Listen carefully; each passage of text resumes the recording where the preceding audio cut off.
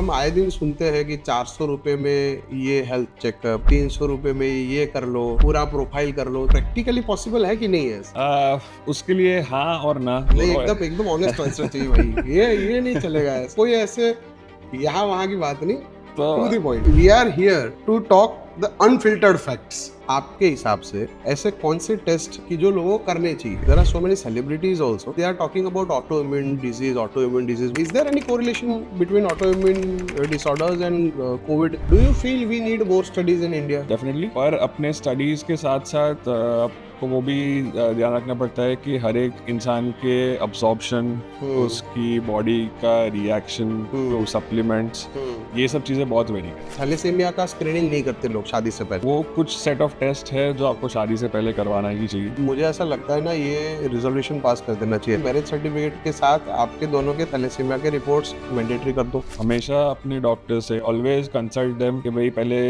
आपको clinical symptoms है नहीं है। तो यही एक साइकिल अभी बन रहा है ना कि ये 400 रुपए वाला हेल्थ चेकअप होगा, फिर आएगा कि ये कम है, फिर वहां से वो फार्मेसी में जाएगा। तो ये ना, ये पूरा एक जो विशेष साइकिल में पेशेंट फंस जाता है। ग्राउंड रियलिटी और जो ग्राउंड चेक्स है उसी के लिए अनफिल्टर्ड फैक्ट्स। क्या राइम, मजा आ गया।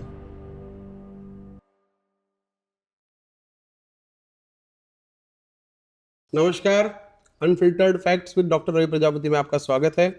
जब भी हम बीमार होते हैं तो सबसे पहला काम डॉक्टर हमें बोलते हैं कि आपने ब्लड रिपोर्ट्स करा लो। हम ब्लड रिपोर्ट्स कराते हैं, लेकिन हम कभी ये चेक नहीं करते कि ये ब्लड रिपोर्ट्स किसने किए हैं, कौन है डॉक्टर, वो सच में डॉक्टर है कि नहीं है। जनरली या तो कोई भी बीमारी हो या कोई भी सर्जरी हो, पैथोलॉजिस्ट ब्लड रिपोर्ट्स के बिना ये ट्रीटमेंट हम नहीं कर सकते, ये ट्रीटमेंट्स अधूरे होते हैं। तो आज के हमारे गेस्ट जो है वो खुद एक एक्सपर्ट पैथोलॉजिस्ट है। Please welcome doctor Kaushal Patel. Hi Kaushal. Hello. तो आपका स्वागत है। वैसे तो काफ़ी समय से हम जानते हैं एक दूसरे को, लेकिन आज I would like to know your journey of becoming pathologist. कैसे आपको ये विचार आया कि मैं डॉक्टर बनूं, एंड मतलब please start with your school days and till your PG. तो सबसे पहले तो thank you for inviting me for your talk. और हम जैसे एक दूसरे को तो बहुत टाइम से जानते ही है। हमारा किस्सा तो MBBS से शुरू हुआ था, लेकिन हम उससे पहले थोड़ा रेट्रोस्पेक्टली देख लेते हैं कि मैंने मेरी स्कूलिंग वैसे 9th तक यहाँ इंडिया में करी थी। ओके। फिर मेरा प्लान था कि मैं MBBS और मेरा मेडिकल स्कूल मैं US में करूँ। तो इसलिए मैंने फिर 9th के बाद 10th 11th 12th में US गया था। वहाँ पे जाने के बाद 11th 12th में मुझे थोड़ा सा लगा कि कि अभी यहाँ से बेटर जो एक्सपोजर और जो डिजीज़ के साथ जो एक्सपोजर मिलता है वो इंडिया में काफ़ी बेटर है। एंड प्लस जो हेल्थ केयर इंडिया में अभी बूम हो रहा है और जो उसकी ट्रेजेक्ट्री है उसके हिसाब से मुझे लगा कि इंडिया में करना बहुत ज़्यादा यूज़फुल रहेगा। राइट। तो उसकी वजह से मैंने डिसाइड किया कि 12th के बाद लेट्स गो बैक, वापस जाके वहीं हम करते हैं MBBS। तो मैंने फिर यहाँ आके फिर मैंने NHL मेडिकल कॉलेज जो VS के साथ जुड़ी हुई है उसके साथ वहाँ पे मैंने एडमिशन लिया, जहाँ पे आपकी मुलाकात हुई।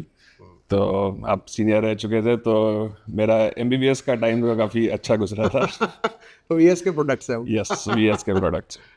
तो वही VS से शुरुआत हुई, MBBS ख़त्म हुआ, फिर MD की बारी आई। तो MD करने में वैसे पहले से डिसाइडेड था, बचपन से ही डिसाइडेड था कि अगर डॉक्टर बन के कुछ बनना है तो पैथोलॉजिस्ट ही बनना है। क्योंकि जैसे वो बोलते हैं बचपन से कि you always look up to your father. Right. कि हमेशा एक लड़का या लड़की जो भी होती है वो एक बाप समान को सबसे ज़्यादा ऊपर मानती है। तो उनके कदमों में चलना और उनके रास्ते पे चलना इज़ ऑलवेज अ ड्रीम और it's always a motive. Right. तो वही था आपके दिमाग में कि भाई पहले अगर बनेंगे तो पैथोलॉजिस्ट बनेंगे, क्योंकि पहले बचपन से देखे आ रहे लैब घर पे ही थी। तो 91 से लैब स्टार्ट हुई थी।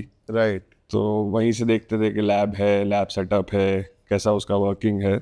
तो MD पैथोलॉजी करना सबसे पहले ही प्रायोरिटी था। तो उसके लिए फिर मैं शिफ्ट हुआ पुणे, 3 years मेरा MD पैथोलॉजी मैंने वहाँ से किया। And after MD pathology then मैं वापस आया, और वापस आके फिर मैंने लैब ज्वाइन किया, और लैब ज्वाइन करने के बाद काफ़ी नए सारी चीज़ें ऐड करी, नया एक्सपांशन हुआ, बहुत सारी चीज़ें हुई।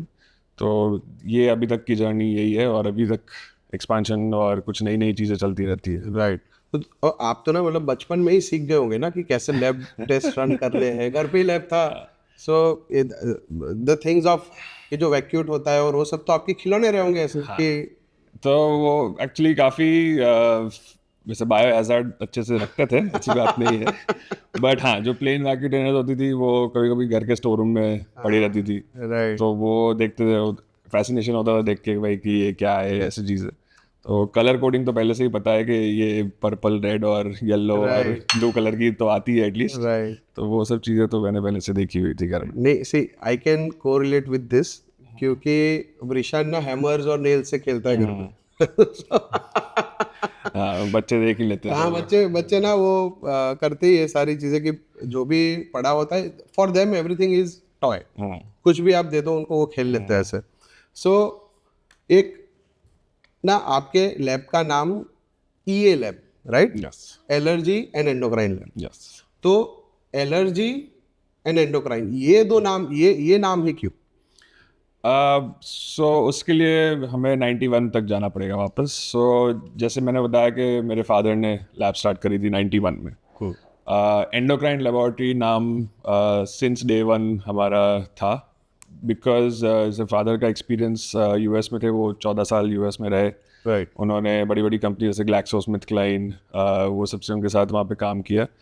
तो he was always in endocrine testing, या जो भी उनकी अभी जो उनकी एक्सपर्टीज़ है वो उन्होंने उसी टाइम से वो उस पर काफ़ी एक्सपोजर था उनको। तो वो उनको एंडोक्राइन वॉज हिज फॉर्टे, जैसे बोलने जाओ तो उसकी वजह से उन्होंने एंडोक्राइन लैब नाम रखा।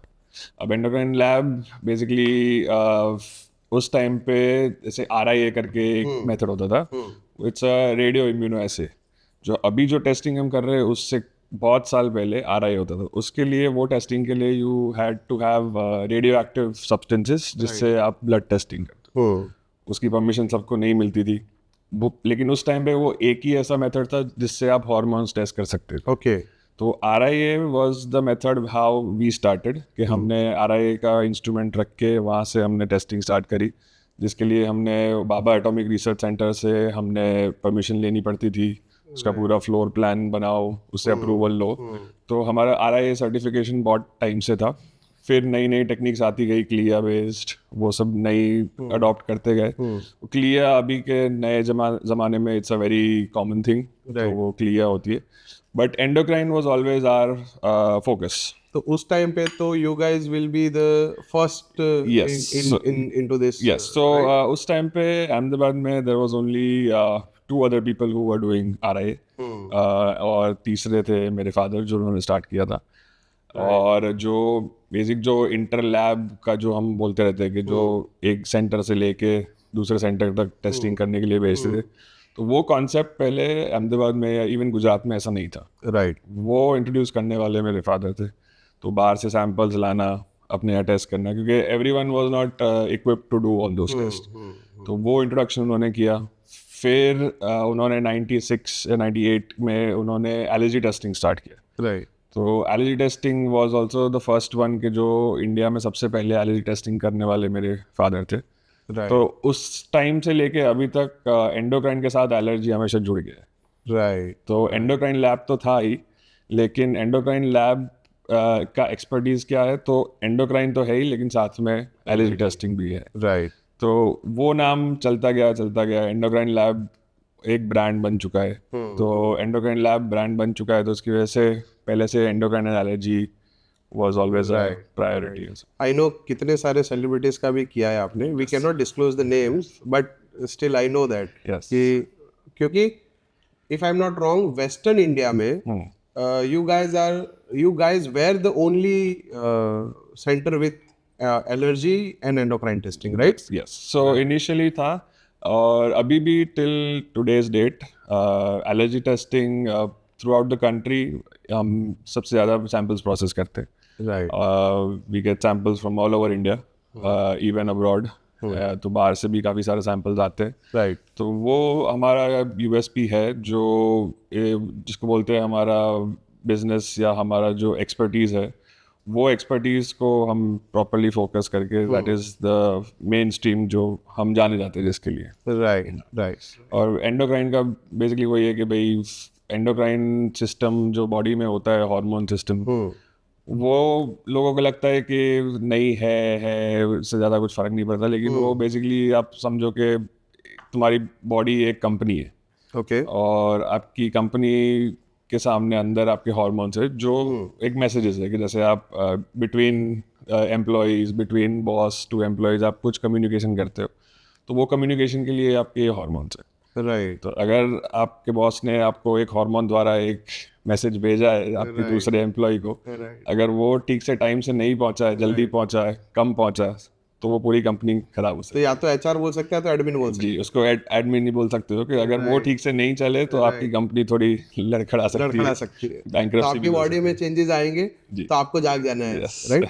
सो you guys were the pioneer of radio isotope के साथ जो भी टेस्टिंग होता है वो आप पायोनियर थे, राइट। जैसे अभी आपने एलर्जी की बात की, तो एलर्जी टेस्टिंग के कितने मेथड्स होते हैं? मतलब जहां तक मुझे पता है एक मेथड ऐसा होता है कि जिसमें बहुत सारे प्रिक्स करने पड़ते हैं बॉडी यस पे। यस। सो वो मेथड से होता है क्या एलर्जी सो वो कन्वेंशनल मेथड जो सालों साल चलती आ रही है और अभी भी चलती जा रही है, बहुत सारे ईएनटी सर्जन्स है, बहुत सारे एलर्जी स्पेशलिस्ट है, वो अभी भी स्किन प्रिक टेस्ट यूज़ करते हैं। राइट उसमें बेसिकली क्या होता है कि वो आपके बॉडी में बॉक्सेस बना के इंडिविजुअल एलर्जेंस को प्रिक करेंगे, जैसे अपना मॉन्टुक्स टेस्ट होता है, राइट ट्यूबरकुलिन टेस्ट जैसा होता है, उस हिसाब से वो एक एक एलर्जन स्किन प्रिक करेंगे।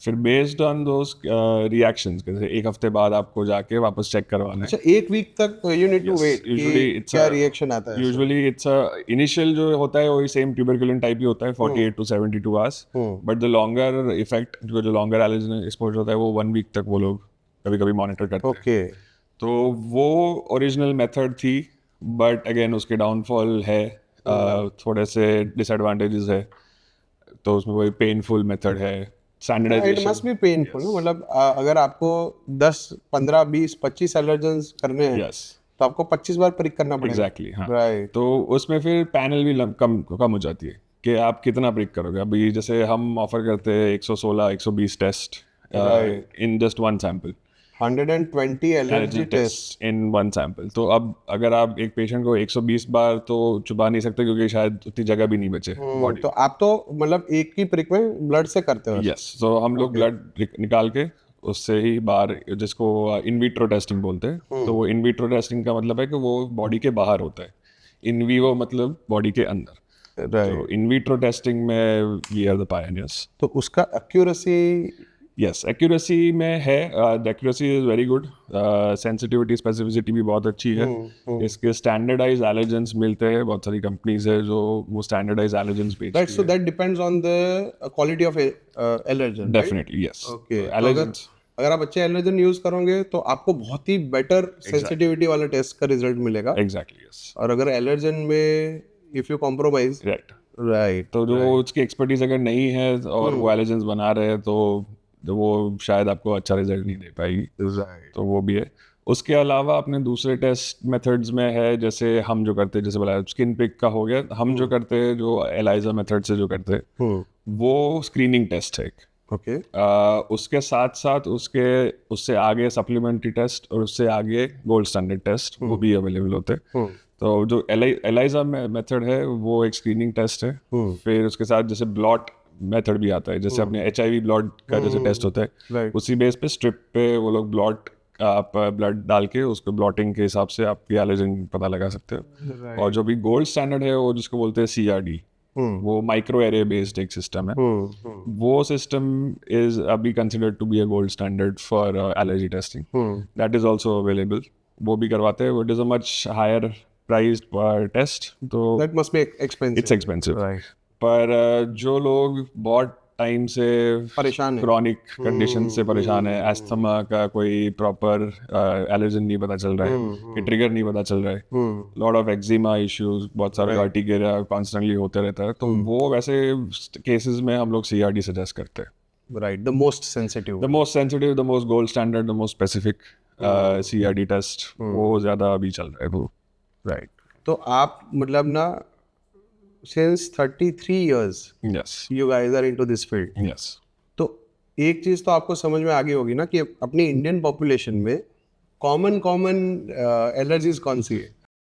तो कॉमन में बेसिकली जैसे हम ब्रेक डाउन करेंगे फूड में मिल्क प्रोडक्ट सबसे कॉमन होती है। अरे हम तो सब दूध पी के बड़े हुए हैं। हम भी जैसे यहाँ कॉफी पी रहे हैं, लेकिन मिल्क ये लैक्टोज इंटॉलरेंस बहुत सुन रहा हूँ। मुझे एक्चुअली समझ में नहीं आ रहा, क्योंकि हम स्कूल में थे, सब दूध पीते थे यार, कभी किसी को उल्टी तो हुई नहीं। वो उल्टी होना इज नॉट just जस्ट ऐसे- सिम्टम। जैसे लैक्टोज, जैसे मैं हमेशा बोलते रहता हूँ पेशेंट्स को या जो भी मुझे कंसल्टेशन के लिए आते हैं कि मिल्क एक नेचुरल प्रोडक्ट ह्यूमंस के लिए नहीं था। Right, it was always meant for calves, calves रोज के लिए, तो वो मिल्क हमने हमारे डाइट में इंट्रोड्यूस किया है। वो मिल्क ऑब्वियसली थोड़ा बहुत माइक्रोस्कोपिक लेवल पे आपको थोड़ा सा असर कहीं ना कहीं कर रहा होगा, जो आपको बाहर तक आपको पता नहीं चल रहा है। ओके, जैसे कभी कभी एकदम माइनर इंडाइजेशन रहेगा, थोड़ा ब्लोटिंग रहेगा, लेकिन आपको लगता है कि वो ज़्यादा इश्यू वाला नहीं है, तो आप उसको छोड़ वो देते हो। समझ भी नहीं पाते ना किस चीज से हुआ है। Exactly, yes. राइट, तो इसके लिए वो माइक्रोस्कोपिक लेवल पे आपको असर तो कर ही रहा है, पर वो इतना मैक्रोस्कोपिकली आपको कोई सिम्टम्स नहीं दे रहा है इसका। Right. So that is why milk बहुत कॉमनली होता है। आपकी ग्राउंड नट्स है, पीनट है, कैश्यू नट्स वर्ल्ड वाइड सबसे ज़्यादा एलर्जीज कॉज करता है, इंडिया में भी। इंडिया में भी। ओके, और साथ में अपने इंडियन डाइट में दाल चना, जो भी दाल्स होती है, मूंग दाल, राजमा, ये सब चीज़ों का भी बहुत असर रहता है। और अपनी फर्मेंटेड चीज़ जो भी हम खाते हैं उसमें भी, जैसे ईस्ट, कोई भी चीज़ में जिसमें ईस्ट डाली है, यस, तो अपना ढोकड़ा इन डेंजर जोन है ऐसा। तो जिस भी में ईस्ट प्रोडक्शन, ईस्ट यूज़ होता है, कंजम्पशन होता है, वो चीज़ें भी काफ़ी एलर्जीज कॉज करती है। राइट, फिर इनहेलेंट में देख लो तो जैसे ऑब्वियसली अपनी एनवायरनमेंट फैक्टर्स बहुत सारे आते हैं। हाउस डस्ट है, हाउस डस्ट माइट है, और घर में जो पेट्स रहते हैं वो डॉग, कैट्स, और कभी कभी इवन कॉकरोच डस्ट, वो भी होता है। वो सब चीज़ें भी आपको काफ़ी कॉमनली देखने मिलती है। राइट। तो ये तो इतने समय से आप इतने टेस्टिंग कर रहे हो, अभी on an average per day कितने टेस्टिंग होते हैं एलर्जी के? सो हम एज वन सेंटर, अभी अहमदाबाद में जो हमारा एक ही सेंटर है, वहाँ पे हम लोग ऑन एवरेज 300 से 350 वाले सैम्पल्स प्रोसेस। मतलब 350 लोग एवरी डे एलर्जी का टेस्टिंग करा रहे हैं। यस, तो this is very actually worry something. वैसे देखो तो डेफिनेटली यस, कि इसका अवेयरनेस अभी बढ़ेगा ना, क्योंकि Definitely. 350 लोग अभी एवरीडे रिपोर्ट्स करा रहे हैं। मतलब this is very common. Yes. तो वही जैसे मैंने बताया, मेरे फादर ने जब स्टार्ट किया था, उस टाइम पे अवेयरनेस बहुत कम थी। आई एम टॉकिंग 97 98 की बात है। 98 में उस टाइम पे एलर्जी की अवेयरनेस ज़रा भी नहीं थी। अभी अवेयरनेस भी काफ़ी बढ़ रही है। मानो या ना मानो, अपनी लाइफस्टाइल, एनवायरमेंटल फैक्टर्स, बहुत सारी चीज़ों की वजह से एलर्जी के केसेस भी बढ़ रहे हैं। राइट, बिकॉज लोगों की लाइफस्टाइल चेंज हुई है, बाहर के एलर्जेंस बहुत सारे हैं जो आपको अफेक्ट करते हैं। पॉल्यूशन मैटर करता है। डेफिनेटली यस, पोल्यूशन में, वही एनवायरनमेंट में सबसे मेन इज द पोल्यूशन। तो पॉल्यूशन में ऐसा कोई स्पेसिफिक ऐसा होता है कि डस्ट, जैसे डस्ट हो गया, डस्ट तो ठीक है, मतलब dust is everywhere. If you are living in India, yes, तो मतलब 90% ऑफ अपना जियोग्राफी ऐसा है कि तुम्हें एक्सेप्ट करना पड़ेगा कि डस्ट रहेगा। डेफिनेटली। बट उसके अलावा ऐसा कोई स्पेसिफिक पॉल्यूटेंट है क्या जो कि हवा से? ऐसे हवा से कोने में लॉट ऑफ फंगल फैक्टर्स, जैसे फंगल स्पीशीज बहुत सारी है जो आपको इनहेलेंट एलर्जीज कर सकती है। जैसे एस्परजिलस है, एस्परजिलस की बहुत सारी स्ट्रेन्स है। फिर आप एनवायरमेंटल में देखने जाओ तो कभी कभी even the grass can cause allergy. अच्छा, जो आप नॉर्मल जो लॉन में चल रहे होते हैं उसमें भी बहुत सारी स्पीशीज आती है जिसकी वजह से आपको एलर्जीज हो सकती है, जो तो हमें पता ही नहीं है जो पता ही नहीं है और जो हम डिटेक्ट नहीं कर सकते, एज इन हम नेकेड आई से नहीं देख सकते, लेकिन वो माइक्रोस्कोपिकली वो भी आपको बहुत अफेक्ट कर रही है। यार। ये तो, ये जैसे जैसे ना मैं और ये डॉक्टर से बातें करता जाता हूँ ना, वैसे वैसे मैं डर रहा हूँ जीवन में धीरे धीरे। तो एक ना ये सारी चीजें सुन के ना मेरे दिमाग में एक थोड़ा खुराफाती सवाल आया है। एकदम वियर्ड कोई एलर्जी टेस्ट किया गया आपने कि किसी को आया हो कि एकदम कि ये तो कभी सुना ही नहीं ऐसा एलर्जी ऐसा? अब देखने जाओ तो इतने सारे एलर्जी टेस्ट देख लिए कि अभी काफ़ी सारी चीज़ें रिपीट होती है। राइट। बट हमारे फील्ड में बहुत सारे केसेस ऐसे आते हैं जो फॉल्स पॉजिटिव आते हैं कि बहुत बार पेशेंट ऐसा बोलता है कि मैं तो नॉन वेजिटेरियन नहीं हूँ पर मुझे कभी कभी नॉन वेज की चीज़ें डिटेक्ट हो जाती है। अच्छा। फिर ऐसा एक केस आया था जिसमें सीवीड डिटेक्ट हुआ था। ओके। तो सीवीड डिटेक्ट हुआ तो पेशेंट ने बोला कि हमने तो कभी लाइफ में सीवीड हम खाया तो प्योर वेज है, प्योर वेज, मतलब हम तो यही का खाते हैं। यही का खाते हैं। तो अहमदाबाद में। सीवीड कहाँ से आया? तो लोगों को वो नहीं होता, पता चलता है कि सीवीड एक्चुअली होता है आपके जिलेटिन में। तो जिलेटिन एगार एगार जो होता है, एगार एगार में सीवीड से बनता है वो। राइट। तो अगर आपने च्युइंगम खाई है या कभी जेली खाई है, इवन थोड़ा बहुत मात्रा आपके आइसक्रीम में, ओके। ये सब चीज़ों में भी एगार एगार थोड़ा सा यूज़ होता है। अब वो ओरिजिन कहाँ से हुआ है, लेकिन आपके बॉडी में आया है तो लेकिन उसका ओरिजिन तो वहीं से होगा, तो वो प्रोडक्ट आपको कॉज करे जिसकी वजह से आपको वो पॉजिटिविटी और जो डायरेक्टली आपने कभी देख के खाया ही नहीं है। एग्जैक्टली कि आपने उसका डायरेक्टली मेन जो सोर्स है उसको नहीं खाया है, लेकिन उसको जैसे प्रोसेस करके अगर खाया है तो वो चीज़ है आपको वही ओरिजिनल सोर्स से आपको प्रोसेस फॉर्म में आपको मिल रहा है। बट सीवीड तो वेजिटेरियन में कंसिडर होता है वैसे कंसिडर्ड वेजिटेरियन में होता है। राइट। तो एक दूसरा सवाल ये है कि जैसे 350 टेस्ट आप एवरीडे रन करते हो सिर्फ एलर्जी के, जी ठीक है, बाकी भी टेस्ट होते रहेंगे। राइट। तो एक लैब चलाने में कितने स्पेशलिस्ट की जरूरत पड़ती है? जैसे आप पैथोलॉजिस्ट हो तो आपका क्या रोल रहता है, आपके साथ दूसरे कौन कौन से स्पेशलिटीज काम करते हैं अंडर वन रूफ, और उनका क्या रोल रहता है? If you can please explain in brief. So जैसे देखने जाओ कोई भी बड़ी स्केल की लैब है, उसमें कम से कम 3 से 4 स्पेशलिस्ट तो लगते ही है। रूटीन पैथोलॉजी के लिए पैथोलॉजिस्ट होता है, स्पेशलाइज बायोकेमिस्ट्री टेस्ट के लिए एक क्लिनिकल बायोकेमिस्ट भी होता है। राइट। फिर आप जैसे कल्चर टेस्टिंग करते हैं, यूरिन कल्चर्स, ब्लड कल्चर्स, उसके लिए रिपोर्टिंग के लिए और उसकी एक्सपर्टीज के लिए एक माइक्रोबायोलॉजिस्ट भी लगता है। राइट। और जैसे जैसे आप एक्स्ट्रा चीज़ें आपके स्कोप में बढ़ती है, एक्स्ट्रा डिसिप्लिन आपकी आती है, तो वो हिसाब से फिर जैसे जेनेटिक्स अगर है तो मॉलिक्यूलर जेनेटिसिस्ट होता है जो उसकी एक्सपर्टीज चाहिए होती है। राइट। तो it's a mix of a lot of people together, साथ में सब एक्सपर्टीज के लोग साथ में मिलके करे तो it is a much cohesive way of. मतलब हम तो ऐसे रिपोर्ट ऐसे ऐसे देख के रख देते हैं, हमें पता ही नहीं इतने सारे लोग काम करते हाँ हैं। एग्जैक्टली। तो वो जैसे जैसे डिसिप्लिन बढ़ता है, जैसे जैसे नई नई चीज़ें ऐड होती है, वैसे वैसे नए नए एक्सपर्ट्स चाहिए होते हैं, क्योंकि रिपोर्टिंग रिलीज करना, रिपोर्ट को क्रॉस चेक करना, वेरीफाई करना, वो उनकी एक्सपर्टीज ज़्यादा ज़रूरत होती है। तो ये तो यार वैसे देखो तो काफी महंगा काम है। एक्सपेंसिव है, तो तभी बहुत सारे लोग ट्राई करते हैं लैब खोलना चलाना, लेकिन सस्टेन नहीं कर पाते। मैंने तो सुना था कि बहुत अच्छा मार्जिन रहता है ऐसे इसमें। लेकिन मुझे ये नहीं पता था कि इतने सारे ओवरहेड्स। हाँ ओवरहेड्स जो आते हैं इसमें।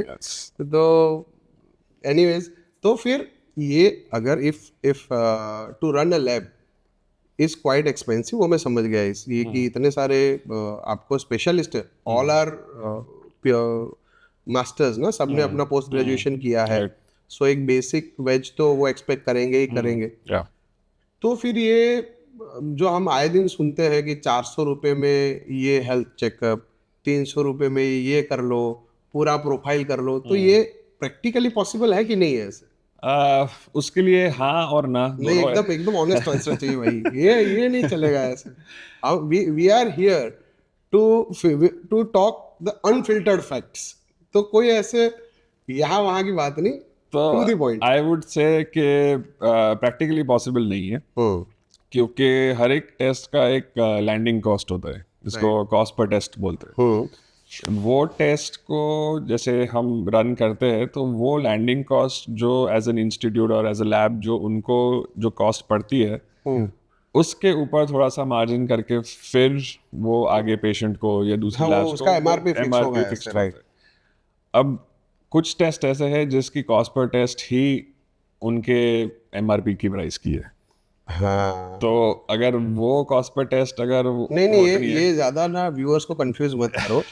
इन शॉर्ट, अगर फॉर एग्जांपल थायराइड ले लेते हैं, ठीक है, तो थायराइड का जो बेसिक टेस्टिंग कॉस्ट है, फॉर एग्जांपल बोल रहा हूँ मैं, वो 100 रुपये पड़ता है, ठीक है। उसमें थायराइड आ गया, मतलब T3 T4 TSH, ये 3 चीज़ें बेसिक होती है थायराइड टेस्टिंग में।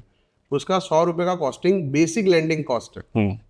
जो भी प्रोसेस होगा, रिएजेंट आएगा, जो मिक्स होगा, इलेक्ट्रिकल है, ये सब चीज़ें मिला के, इसमें मशीन का कॉस्ट तो अभी साइड में है, सिर्फ रिएजेंट की बात कर रहे हो, ठीक है।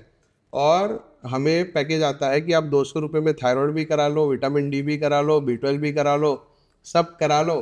तो फिर यहाँ ये कैसे होता है, ये कैसे करते हैं? ये आई वुड से थोड़े शॉर्टकट्स है।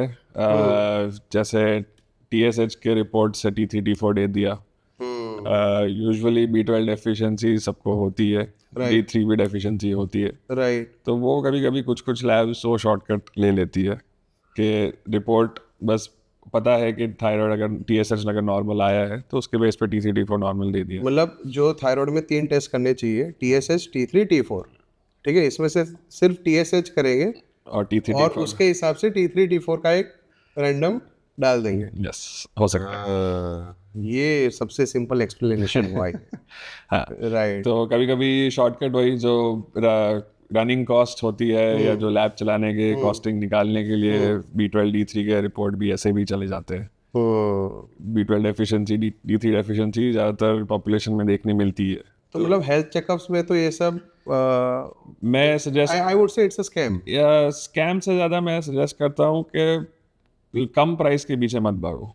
नहीं, इसका कोई रेगुलेटरी बॉडी तो होगा ना, कि कोई तो चेक करता होगा ना कि भाई रिएजेंट यूज होता है, हाँ तो रिएजेंट यूज होता है तो उसका बारकोड लगता होगा, जैसे अपना सेम कोविड में होता था। राइट। कोविड के टाइम पे ऐसा था कि so many fake reports were circulating यहाँ की भाई मेरा नेगेटिव है, बट वो पॉजिटिव होते थे, या फिर जो पॉजिटिव नहीं होते थे वो पॉजिटिव दिखा के बहुत सारे काम कराते थे।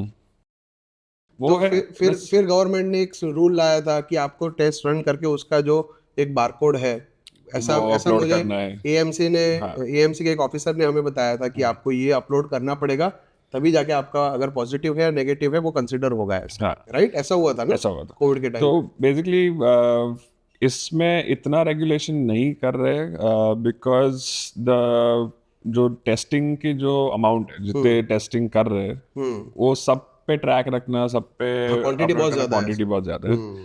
बट हाँ, NABL है, NABL बॉडी है जो आपके एटलीस्ट क्वालिटी को मेंटेन करती है।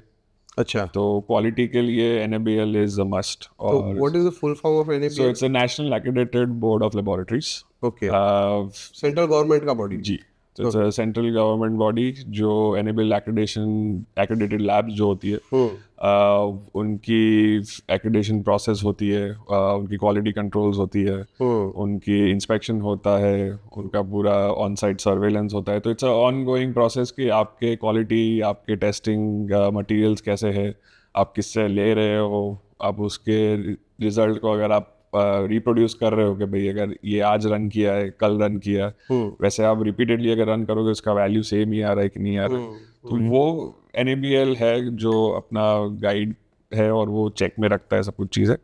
लेकिन NABL का इश्यू वही है कि छोटी लैब्स नहीं कर पाती है। राइट। थोड़े से ओवरहेड कॉस्ट उसके ज़्यादा है, इंस्पेक्शन कॉस्ट, सब कुछ एक्स्ट्रा, कंट्रोल कॉस्ट होता है, बहुत सारी चीज़ें। पर एज अ लैब, जैसे हमारी लैब पिछले 3 साल से एक्रेडिटेड है, तो हमारे स्कोप में 100 से ज़्यादा टेस्ट है। उसमें आपके बेसिक हेल्थ प्रोफाइल्स हो गए, कंप्लीट हेल्थ प्रोफाइल्स हो गए, राइट। आपके मेजॉरिटी आपके जो टेस्ट जो ज़रूरी होते हैं वो हर एक चीज़ NABL में एक्रेडिटेड है। तो वो गाइडलाइंस हमें फॉलो करनी ही पड़ती है, उसके रिपीटेडली कंट्रोल्स होते हैं। दिन में उसका नया जो गाइडलाइन आया, एक NABL 112 करके उसका गाइडलाइन है। ओके, उसमें वो बोलते हैं कि daily 2 levels of control should be run twice a day. तो महंगा हो जाएगा फिर। एग्जैक्टली, तो वो कॉस्ट पर टेस्ट आप जस्टिफाई फिर कर ही नहीं पाओगे। अगर आप 400 फिर रुपीज तो आप 400 रुपये वाला हेल्थ पैकेज निकाल ही नहीं सकते। तो वो अगर आप वो 400 रुपये में आप सोचोगे कि 400 रुपये में वो टेस्ट भी कर रहे हैं, कंट्रोल्स भी रन कर रहे हैं और साथ में आपको 400 रुपये में दे रहे हैं, तो वो या तो घाटे में चला रहे हैं या तो फिर वो रख नहीं रहे। और आई एम श्योर हर एक लैब या कंपनी को घाटे में तो चलना नहीं होगा। ऑब्वियसली तो वो तो कुछ तो मतलब फिर जुगाड़ निकलता होगा इसमें। नहीं सी तो फिर जैसे एनिमल अभी इंस्पेक्शन था ना, Yes. क्रिकेट खेलने नहीं आए थे आप? हाँ। हाँ अभी दिसंबर में ऑन साइट सर्वेलेंस था। तो वही लास्ट ईयर हमने 110 टेस्ट ऐड करे थे, तो उसका वापस ऑन साइट सर्वेलेंस होता है। तो 4 इंस्पेक्टर्स आते हैं, चेक करते हैं सब कुछ कि सब कुछ ठीक चल रहा है, आप सब प्रोसेस फॉलो कर रहे हैं। वो इंस्पेक्शन खत्म हुआ, हमारा वापस रिन्यूअल हो गया। तो Right. अभी तो मतलब ये तो हर जगह होते होंगे ना, एटलीस्ट डिस्ट्रिक्ट प्लेसेस पे तो NABL एक्रेडिटेड लैब्स होंगे ही। हाँ, तो at least at a higher level जो नेशनल रेफरेंस लैब्स है, अपनी लैब्स है, वो मेन जो बिग प्लेयर्स है, जो बिग लैब्स है, उनके NABL एक्रेडिटेशन होता ही है। तो अहमदाबाद में कितने लैब्स है जो NABL एक्रेडिटेड? अहमदाबाद में मैं कहूँगा शायद थिंक 40-50 लैब्स तो होगी। बढ़िया है फिर तो फिर कहाँ प्रॉब्लम है? पेशेंट को वही देखना है ना, या फिर लोगों को वही देखना है कि NABL एक्रेडिटेड लैब है कि नहीं है। हाँ, और वहां से जितने भी हेल्थ पैकेज के आते हैं वहां करा लो, वहाँ करा लो। यस, वहां एटलीस्ट ये होने के चांसेस कम रहेंगे। हाँ, तो वही जैसे कंज्यूमर है या पेशेंट्स है, उनको मेन NABL का इम्पोर्टेंस पता लगाना बहुत इम्पोर्टेंट है। डॉक्टर्स को पता ही होता है, बिकॉज हम जैसे हम वो फील्ड वो में तो होते हैं, हमें तो तो पता ही NABL है, हाँ। NABH है, तो वो Right, सब चीज़ें right, हमें right. पता होती है, तो हम गाइड करते हैं पेशेंट को कि आप वहीं से करवा। हाँ सेम हॉस्पिटल में भी NABH इज इम्पोर्टेंट। एग्जैक्टली, तो वो हम गाइड कर सकते हैं, लेकिन अब अगेन जैसे मैंने बोला, कुछ कुछ लोग कम प्राइस के पीछे भागते हैं। मुझे 400 रुपये में हो गया तो मैं 2000 रुपये क्यों दूँ?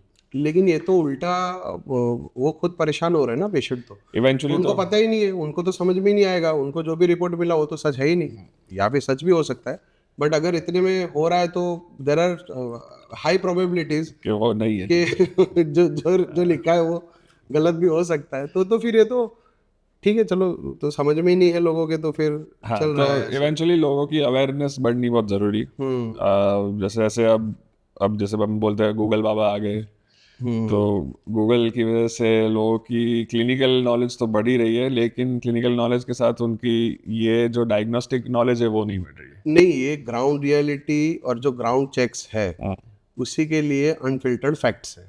क्या राइम है, मजा आ गया। तो अभी ये जो हेल्थ चेकअप्स की बात चल रही है, तो आपके हिसाब से ऐसे कौन से टेस्ट, हेल्थ चेकअप, हाँ सिर्फ हेल्थ चेकअप, कि जो लोगों को करने चाहिए? हाँ, जैसे कि मैंने अभी I was talking to Mohil few days back, तो ही वॉज सेइंग कि ये थैलेसीमिया का स्क्रीनिंग नहीं करते लोग शादी से पहले, राइट? तो वो एक्चुअली ऐसे हेल्थ चेकअप्स होने चाहिए ना? राइट, हाँ, डेफिनेटली। जैसे हम बोलते हैं कि प्री मैरिटल स्क्रीनिंग टेस्ट होते हैं। प्री मैरिटल स्क्रीनिंग टेस्ट, अब जैसे जैसे अवेयरनेस बढ़ रहा है, लोग को थोड़ा बहुत समझ में आ रहा है, लेकिन इतना अवेयरनेस नहीं है लोगों में। तो वो कुछ सेट ऑफ टेस्ट है जो आपको शादी से पहले करवाना ही चाहिए। जैसे कि मेनली फर्स्ट एंड फॉरमोस्ट आपके जो CBC, जो रूटीन ब्लड काउंट होता है, वो उसके साथ साथ आप जैसे रूटीन में HIV, HBS, AG, sexually transmitted diseases, वो सब चीज़ें एज अ डिफ़ॉल्ट आपके होने ही चाहिए। और साथ में डिफ़ॉल्ट में आना चाहिए आपका थैलेसीमिया टेस्ट, जो उसको HB इलेक्ट्रोफोरेसिस जो बोलते हैं। उसमें आपके थैलेसीमिया होने के चांसेस, सिकल सेल होने के चांसेस, वो सब चीज़ें बहुत ही इम्पॉर्टेंट है। बिकॉज अगर आपका पार्टनर, आपकी वाइफ या हस्बैंड थैलेसीमिया माइनर हुआ, और अगर आप भी खुद थैलेसीमिया माइनर हुए, तो देयर आर 99% चांसेस कि आपका बेबी जो होगा वो थैलेसीमिया मेजर ही होगा। राइट, आई वुड से तो 100% चांसेस। वो आप प्लीज समझाइए यहाँ पर अपने व्यूअर्स को कि थैलेसीमिया माइनर में कोई साइन और सिम्टम्स नहीं होते, आपको पता ही नहीं होता कि आप थैलेसीमिया माइनर हो। और 2 थैलेसीमिया माइनर पेशेंट्स की अगर शादी मतलब लोग की अगर शादी होगी, तो देर आर हाई प्रोबेबिलिटीज कि बच्चे को थैलेसीमिया होगा, और थैलेसीमिया होगा तो फिर क्या ट्रीटमेंट रहता है? Blood transfusion and everything? Thalassemia major की एक्चुअली देखने जाओ तो अभी कोई ट्रीटमेंट है ही। लाइफ एक्सपेक्टेंसी इटसेल्फ आपकी बहुत ही कम होती है। बच्चे की लाइफ एक्सपेक्टेंसी शायद 9 साल 10 साल, उससे ज़्यादा बच्चा जिंदा नहीं रह पाता, क्योंकि उसकी ग्रोइंग एज, ग्रोइंग बॉडी के हिसाब से उसका हीमोग्लोबिन डिस्ट्रक्शन, आरबीसी डिस्ट्रक्शन इतना होता है कि वो कोप अप नहीं कर पाते। तो थैलेसीमिया माइनर के केसेस में अगर आपको कभी भी कोई सिम्टम नहीं मालूम चलेंगे, that is why thalassemia screening करवाना बहुत इंपॉर्टेंट है। आपको ना कभी पूरे लाइफ में आपको सिम्टम लगेंगे। हमारे पास बहुत सारे ऐसे टेस्ट आते हैं जो 60 या 65 ईयर ओल्ड आते हैं जो थैलेसीमिया माइनर होते पूरा जीवन निकल गया, उनको निकल गए। वो लकीली उनके पार्टनर थैलेसीमिया माइनर नहीं थे, राइट। पर वो रिस्क आप लेके अगर आपके बच्चे को थैलेसीमिया मेजर देके आप उसको बर्थ दे रहे हो, तो that is a very very high chance कि the baby will not survive for a long time. तो मुझे ऐसा लगता है ना, ये रिजोल्यूशन पास कर देना चाहिए असेंबली में कि जैसे marriage certificate is compulsory, mandatory. ठीक है, तो वैसे ही मैरिज सर्टिफिकेट के साथ आपके दोनों के थैलेसीमिया के रिपोर्ट्स मैंडेटरी कर दो, तो ही मैरिज सर्टिफिकेट मिलेगा। तो ही मैरिज सर्टिफिकेट मिलेगा। तो एटलीस्ट जो आगे के कॉम्प्लिकेशंस है उससे हम बच पाएंगे। As a society we need healthy society, definitely. तो दिस कैन हेल्प। तो बहुत सारे इंस्टीट्यूट्स जैसे कॉलेजेस और वो लोग अभी उनके स्क्रीनिंग टेस्ट करवाते हैं उनके बच्चों के लिए, जो भी कॉलेज गोइंग स्टूडेंट्स होते हैं उनके लिए। राइट। लेकिन फिर भी जो कॉलेज के बाहर होते हैं वो बिफोर गेटिंग मैरिड वो लोग कभी टेस्ट नहीं करवाते, कभी जानते भी नहीं है, और फिर बच्चा होने के बाद रियलाइज़ करते हैं कि भाई ये थैलेसीमिया मेजर के चांसेस है। तो उससे बेटर है कि हमें पहले से ध्यान रखें। वही आपने जो बोला वो आई थिंक बहुत ज़रूरी है, करवाना ही चाहिए, करवाना ही चाहिए ideally. That would be good. Same जब न्यूबॉर्न होता है, बच्चा है, मतलब आपने you have given birth to a beautiful kid, तो उसका सबसे पहले विद इन अ वीक और विद इन फ्यू डेज कोई रिपोर्ट्स करने ज़रूरी है? तो उसका भी अभी रिसेंटली बहुत सारे स्टडीज़ हुए हैं, बहुत सारे नए मेटाबॉलिक डिजीजेस भी आ रहे हैं जो बेबीज़ में देखने को मिल रहे हैं। वो पूरा न्यूबॉर्न स्क्रीनिंग टेस्ट होता है। ओके। उसमें जैसे फिनाइल कीटोनूरिया, गैलेक्टोसीमिया, तो वो अब जैसे लेमन को बताए तो कभी कभी मिल्क जो बेबी लेता है उसके मेटाबॉलिज्म में और उसके डाइजेशन में इश्यूज होता है जिसकी वजह से बेबी को इम्पैक्ट हो सकता है। वो है। फिर कंजेनिटल हाइपोथायरॉयडिज्म, तो बचपन से ही बेबी हाइपोथायरॉयड आता है। ओके। तो ये सब चीज़ों के लिए न्यूबॉर्न स्क्रीनिंग होता है जिसमें आप TSH टेस्ट करवा सकते हो, आप फिर साथ में उसके 17OH प्रोजेस्टेरोन कर सकते हैं, ये होता है। फिर आप G6PD डेफिशिएंसी भी बहुत कॉमन है, तो G6PD डेफिशिएंसी भी न्यूबॉर्न में स्क्रीन करनी चाहिए। राइट। और वो सब टेस्ट करने से क्या एटलीस्ट आप जो मेटाबॉलिक डिजीजेज है, जो जेनेटिक कंडीशंस है, ये बहुत सारी चीज़ें जेनेटिकली भी पास ऑन होती है, तो ये सब चीज़ें न्यूबॉर्न में आप अर्ली डिटेक्शन कर सकते हैं। अर्ली डिटेक्शन से अर्ली ट्रीटमेंट और उसकी ओवरऑल आपकी लाइफ एक्सपेक्टेंसी और लाइफ इम्प्रूवमेंट बहुत जल्दी बेटर हो जाती है। अगर जल्दी डिजीज पकड़ लेंगे तो उसका बेटर ट्रीटमेंट भी हो सकता है और कंप्लीटली क्योर भी हो सकता है वेरी इजीली। राइट। तो अभी ये हो गई बात बच्चों की। अभी फिर सब बड़े हो गए, ऐसे मजे ही मजे खेलते खेलते। तो बड़े होने के बाद इन एडल्ट्स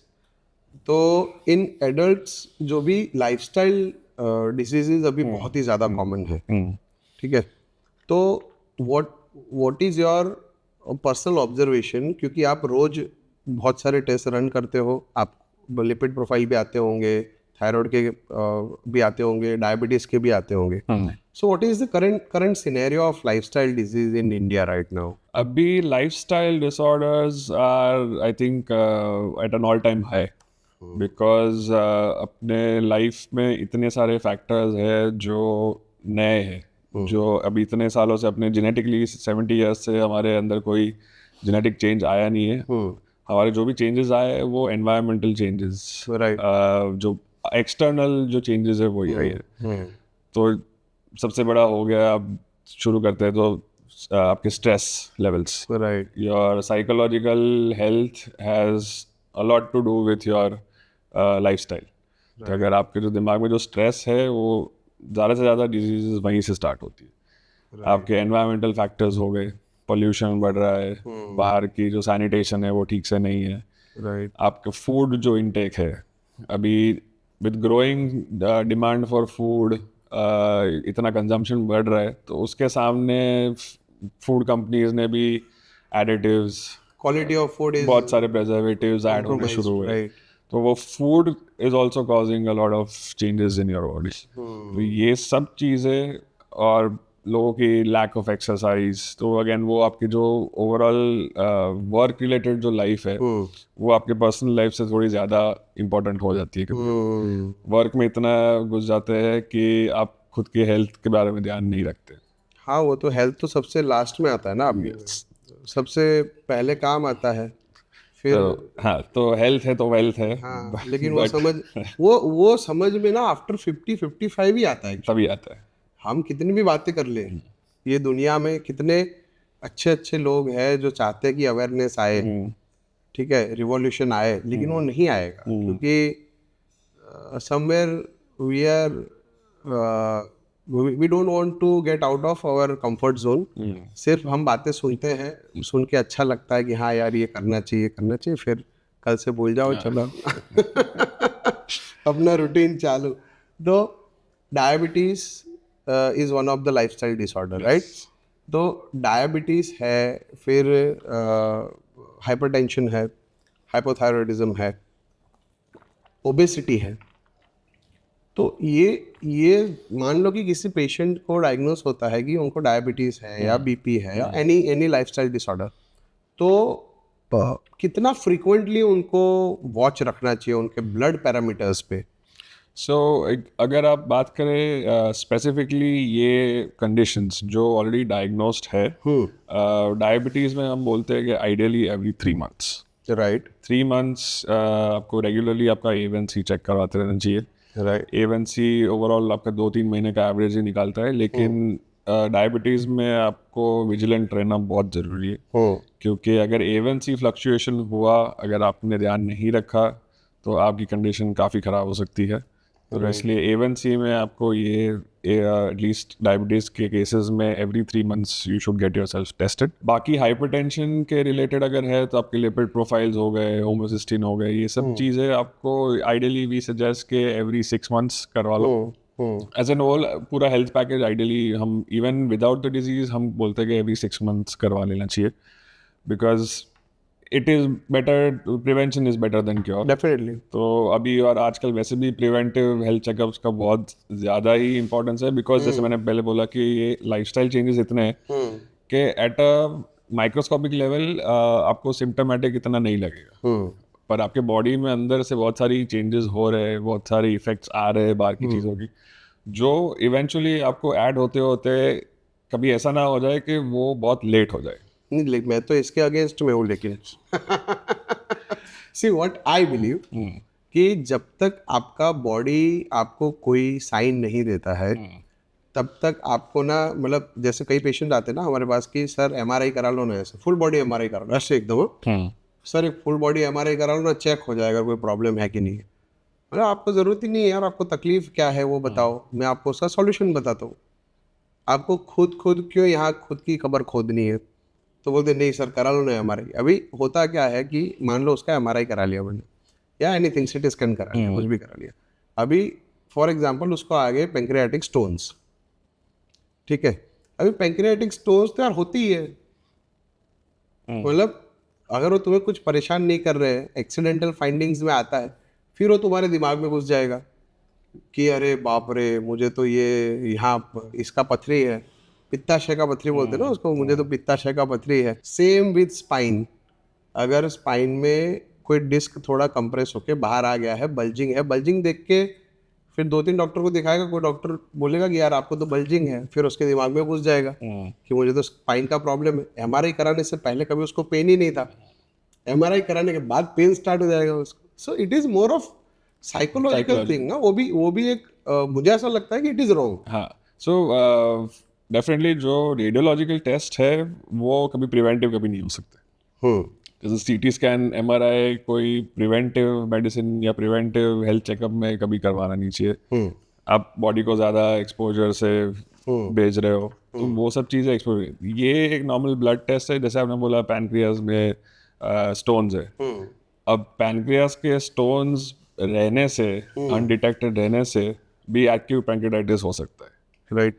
तो अगर एक्यूट पैंक्रियाटाइटिस तक अगर पहुंच गए, उससे पहले हटाना ज़्यादा। साइंस तो आएंगे ना ऐसे, मतलब साइंस उसको नहीं, पेन होगा, थोड़ा वॉमिटिंग वगैरह वो कुछ होगा। एक्यूट पैंक्रियाटाइटिस पहुंच गया उस तब तक आ जाएगा। तो नॉट एज अ स्टोन, हमेशा पैंक्रियाटिक स्टोन में ज़्यादा ज़रूरी नहीं है, बट वही बाकी जो चीज़ें मैं जैसे स्पाइन का बोला मैंने, चलो कि उसको डिस्क कंप्रेस कर ही नहीं रहा, बस ऐसे पिक्चर में दिख रहा है कि योर डिस्क इज बल्जिंग, लेकिन वो पर मैं जैसे बोलता हूँ, जैसे अपना बॉडी एक शहर है बेसिकली। अब शहर में बहुत सारे रास्ते होते हैं, बहुत सारी इलेक्ट्रिक लाइंस होती है, बहुत सारी प्लम्बिंग लाइंस होती है, सिग्नल्स होते हैं, बहुत सारा मूवमेंट होता है एक शहर में। उसी तरह से अपने बॉडी में भी आर्टरीज, नर्व्स, वेन्स, ये सब चीज़ें एक कनेक्शन है जो अपना बॉडी के अंदर एक शहर बसा हुआ है। अब अगर एक रास्ता ब्लॉक्ड हुआ है, वो जब तक आप चेक नहीं करोगे तब तक आपको मालूम नहीं पड़ेगा। राइट। अगर आपकी आर्टरी थोड़ी सी क्लॉग हो रही है, या आपकी आर्टरी ओवरऑल हर एक जगह पे कोलेस्ट्रॉल बढ़ रहा है तो वो क्लॉग हो रही है, वो जब हद से बाहर जब चला जाएगा और जब हार्ट प्रेशर शुरू करेगा, हम बोलते हैं कि उसके पहले आप चेक करो। तभी 6 महीने में कोलेस्ट्रॉल, शुगर, ये सब चीज़ें, बेसिक जो वाइटामिन है, ये सब चीज़ें चेक करवाना वही इंपॉर्टेंट है, ताकि it is not too late. Right. कि कभी कभी जो कार्डियोवास्कुलर डिजीजेस है, वो ऑनसेट उसका बहुत जल्दी शुरू हो जाता है। वो ऑनसेट को मॉनिटर करने के लिए, उसको रोकने के लिए, बस उसी के लिए वो प्रिवेंटिव चेकअप्स है। मतलब हिस्ट्री हो या ना हो, आपको हिस्ट्री हो या ना हो। राइट। पहले जैसे मैंने बोला कि जो लाइफस्टाइल चेंजेस है, अपने अभी के टाइम में प्रिवेंटिव मेडिसिन या प्रिवेंटिव हेल्थ चेकअप इतने आगे, इतना प्रमोट क्यों कर रहे हैं? Because of our whole lifestyle changes. अब हमारी इतनी हेल्दी लाइफस्टाइल रही नहीं है। Right, very true. Our food products are not as pure, preservatives, additives, हर एक चीज़ है। तो मैंने एक स्टडी पढ़ा था एक, तो उसमें एक एंड्रू वैंग करके एक है येल में, उन्होंने वही बोला था कि जब पहले सैनिटेशन अपना सुधरा, एज अ ह्यूमन का पॉपुलेशन जब अपना सैनिटेशन सुधरा, तो वो अपने बॉडी को उल्टा असर करने लग गया था इंटरनली। राइट। बिकॉज पहले सैनिटेशन खराब हुआ करता था, अपना बॉडी यूज टू था हर एक चीज़ों को फाइट करने के लिए, तो उसके सामने अपना बॉडी अब वियर्ड एक्ट करने लग गया है कि भाई सैनिटेशन क्यों सुधर गया। ओके। तो अपने लिए एवरी एक्सटर्नल इफेक्ट मे और may not have a good effect on our body. कि अगर अभी कुछ लोगों को है कि खाने से ज़्यादा फर्क नहीं पड़ता है, तो उनकी लाइफस्टाइल या उनके इंटरनली ज़्यादा चेंजेस नहीं होंगे। कुछ लोगों को जेनेटिकली थोड़ा सा होता है कि उनको जैसे हिस्ट्री है थोड़ी सी, इमीडिएट फैमिली में नहीं, लेकिन पैटर्नल साइड, मैटरनल साइड से कोई हिस्ट्री है, तो वो हिस्ट्री अगर किसी को नहीं पता है और उन्होंने ध्यान नहीं रखा, राइट, वो जेनेटिक जो होता है वो उनके में भी पास ऑन हुआ होता है, तो ये सब चीजें वापस उसको ट्रिगर कर सकती हैं। स्किप जनरेशन, वो डायबिटीज में it is very common, right? ऐसा मैंने सुना है ऐसे। तो वो उसकी वजह से वाई से इसके आप उसको मॉनिटर करो, और prevention is always better than cure, like I said. Definitely हमारे पीएसएम सब्जेक्ट में वही सिखाया है जीवन में कि prevention is better than cure. तो वो करवाना इज मच बेटर, एंड आपको देखने जाओ तो कॉस्ट इफेक्टिव ज़्यादा पड़ेगा, क्योंकि प्रिवेंशन में आप जितने पैसे डालोगे वो इवेंचुअली ट्रीटमेंट से ज़्यादा अच्छा रहेगा। PSM is such an underrated subject, नहीं? डेफिनेटली। जब पढ़ते थे तब इतना ज्यादा फोकस नहीं था, जब जैसे जैसे प्रैक्टिस में आए हैं, जैसे जी रहे, तब समझ में आ रहा है कि यार PSM तो सबसे इम्पोर्टेंट सब्जेक्ट है। PSM में बस वो बायोस्टैट से भागते रहते थे इसलिए। तो ये जो अभी गुजरात गवर्नमेंट का एक डेटा मैंने देखा रिसेंटली, शायद नवंबर 2024 में ही आया था, कि 10,000 फेक लैब्स। हाँ, तो वो व्हाट इज दिस, कि ये कैसे? सो टेक्निकली देखने जाओ तो फेक लैब्स थोड़ा एक्सट्रीम वर्ड है उसके लिए, उसको मैं फेक नहीं बोलूँगा, लेकिन वो नॉन रेगुलेटेड लैब्स है। ओके। वो बहुत सारी लैब्स है जिसमें पैथोलॉजिस्ट फुल टाइम नहीं होता है, जो वहाँ पे उनका सुपरविजन नहीं होता है, रिपोर्ट्स ऑथेंटिकेट करने के लिए पैथोलॉजिस्ट नहीं होता है। तो एक काम होता है जो एक मशीन करती है, वो रिजल्ट देता है, वो मशीन के रिजल्ट को वेरीफाई करना और उसको वैलिडेट करके उसको रिपोर्ट को रिलीज करना, वो एक अलग प्रोसेस हो जाती है, जो एक पैथोलॉजिस्ट या एक कोई साउंड टेक्निकल डॉक्टर ही कर सकता है। राइट तो ये बहुत सारी लैब्स ऐसी है जिस पे कोई किसी का सुपरविजन नहीं है, जो एक टेक्नीशियन ही चलाता है, वही रिजल्ट रिलीज करता है। तो वो चेक पॉइंट्स कोई नहीं है, कोई क्वालिटी चेक्स नहीं है उसमें। राइट तो इश्यू अपना इंडियन सिस्टम में वही है कि पैथोलॉजिस्ट गिन के 4,500 है पूरे इंडिया में, सिर्फ 4,500 सिर्फ 4,500। और उसके सामने जो लैब्स चल रही है वो लाखों में है। हाँ, 10,000 तो ये यस तो लैब्स लाखों में चल रही है। ओके तो एज अ पैथोलॉजिस्ट हर एक जगह जाना मुश्किल हो जाता है, और इनफ्लो ऑफ पैथोलॉजिस्ट भी बहुत कम है। तो इसकी वजह से ये फेक मैं नहीं बोलूँगा, लेकिन ये अनरेगुलेटेड लैब्स है। खतरा उतना ही है पेशेंट के लिए, ये अनरेगुलेटेड लैब्स का भी खतरा फेक से भी ज़्यादा है, बिकॉज उनको रिजल्ट तो मिल जाएगा, लेकिन वो सही है कि नहीं राइट वो नहीं मिलेगा। राइट तो आई वुड सजेस्ट कि पहले टेस्ट करवाने से पहले चेक करें कहाँ से करवा रहे हैं, पैथोलॉजिस्ट ऑन साइट है नहीं है। और सबसे बड़ी चीज़ जो मैं अगेन बोलता हूँ, NABL एक्रेडिटेशन। कोई भी अगर लैब NABL एक्रेडिटेड है तो उनकी स्ट्रिक्ट गाइडलाइंस के हिसाब से आपको पैथोलॉजिस्ट, बायोकेमिस्ट, माइक्रोबायोलॉजिस्ट, वो सब वो डॉक्टर्स वहाँ होना ज़रूरी होता है। तो ये सब चेक्स करने के बाद ही टेस्ट करवाए। तो पहले अपना रिसर्च करें, डॉक्टर से कंसल्टेशन ले कि अगर आप सजेस्ट कर रहे हो कौन सी लैब से, तो वो डॉक्टर्स के सजेशन के हिसाब से आप प्लान करेंगे तो ज़्यादा अच्छा रहेगा। राइट लेकिन अगर if I am not wrong, Gujarat government का सर्कुलर भी है ना कि जो लैब टेक्नीशियंस है वो लैब रन कर सकते हैं। राइट तो आफ्टर अ सर्टन एक्सपीरियंस उनके कुछ गाइडलाइंस के हिसाब से वो बोलते हैं कि आपको सर्टन एक्सपीरियंस होना चाहिए तो ही आप लैब चला सकते हैं। राइट लेकिन लैब चलाना और रिजल्ट्स रिलीज करना ओके वो डिफरेंट चीज है। Okay they can process they Right. Can run the test Yes. But they can not approve the test. Exactly. तो हमारे लैब में भी लैब चलाता तो टेक्नीशियन ही है, पर उसके जो चेक पॉइंट है वो मैं हूँ ओके कि वो उसकी कोई भी क्वालिटी कंट्रोल्स के इशू है या कोई रिएजेंट इश्यूज है या रिजल्ट ठीक से नहीं आया, तो वो चेक करने के लिए मैं हूँ कि मैं वहाँ खड़े so you are there for cross verification. Exactly. तो ये जैसे एक पैथोलॉजिस्ट है, एक पैथोलॉजिस्ट मल्टीपल लैब्स में काम कर सकते हैं? There is a certain limit for that as well. वैसे गाइडलाइंस के हिसाब से आप 2 से ज़्यादा लैब में नहीं कर नहीं काम कर सकते। और स्पेशली अगर गवर्नमेंट में है तो गवर्नमेंट में भी आपका जैसे नॉन प्राइवेट प्रैक्टिस का जो कोई बोनस होता है, वो क्लॉज होता वो है एक क्लॉज होता है। तो अगर आप वो कर रहे हो नहीं, तो लेकिन प्राइवेट में 2 से ज़्यादा नहीं है। 2 से ज़्यादा नहीं है। Ideally that's what they suggest. Okay बहुत सारे पैथोलॉजिस्ट करते हैं 3-4 जगह पे, दे गो एंड गिव। तो वो ऐसा होता है, लेकिन वैसा स्ट्रिक्ट क्लॉज कुछ नहीं है। राइट। तो अभी एक चीज़ जो मैंने अभी जो रील्स में देखा था कि your lab is, if I am not wrong, it is the first in Gujarat to have a fully automated belt yes for the this lab test running process. So वो क्या है?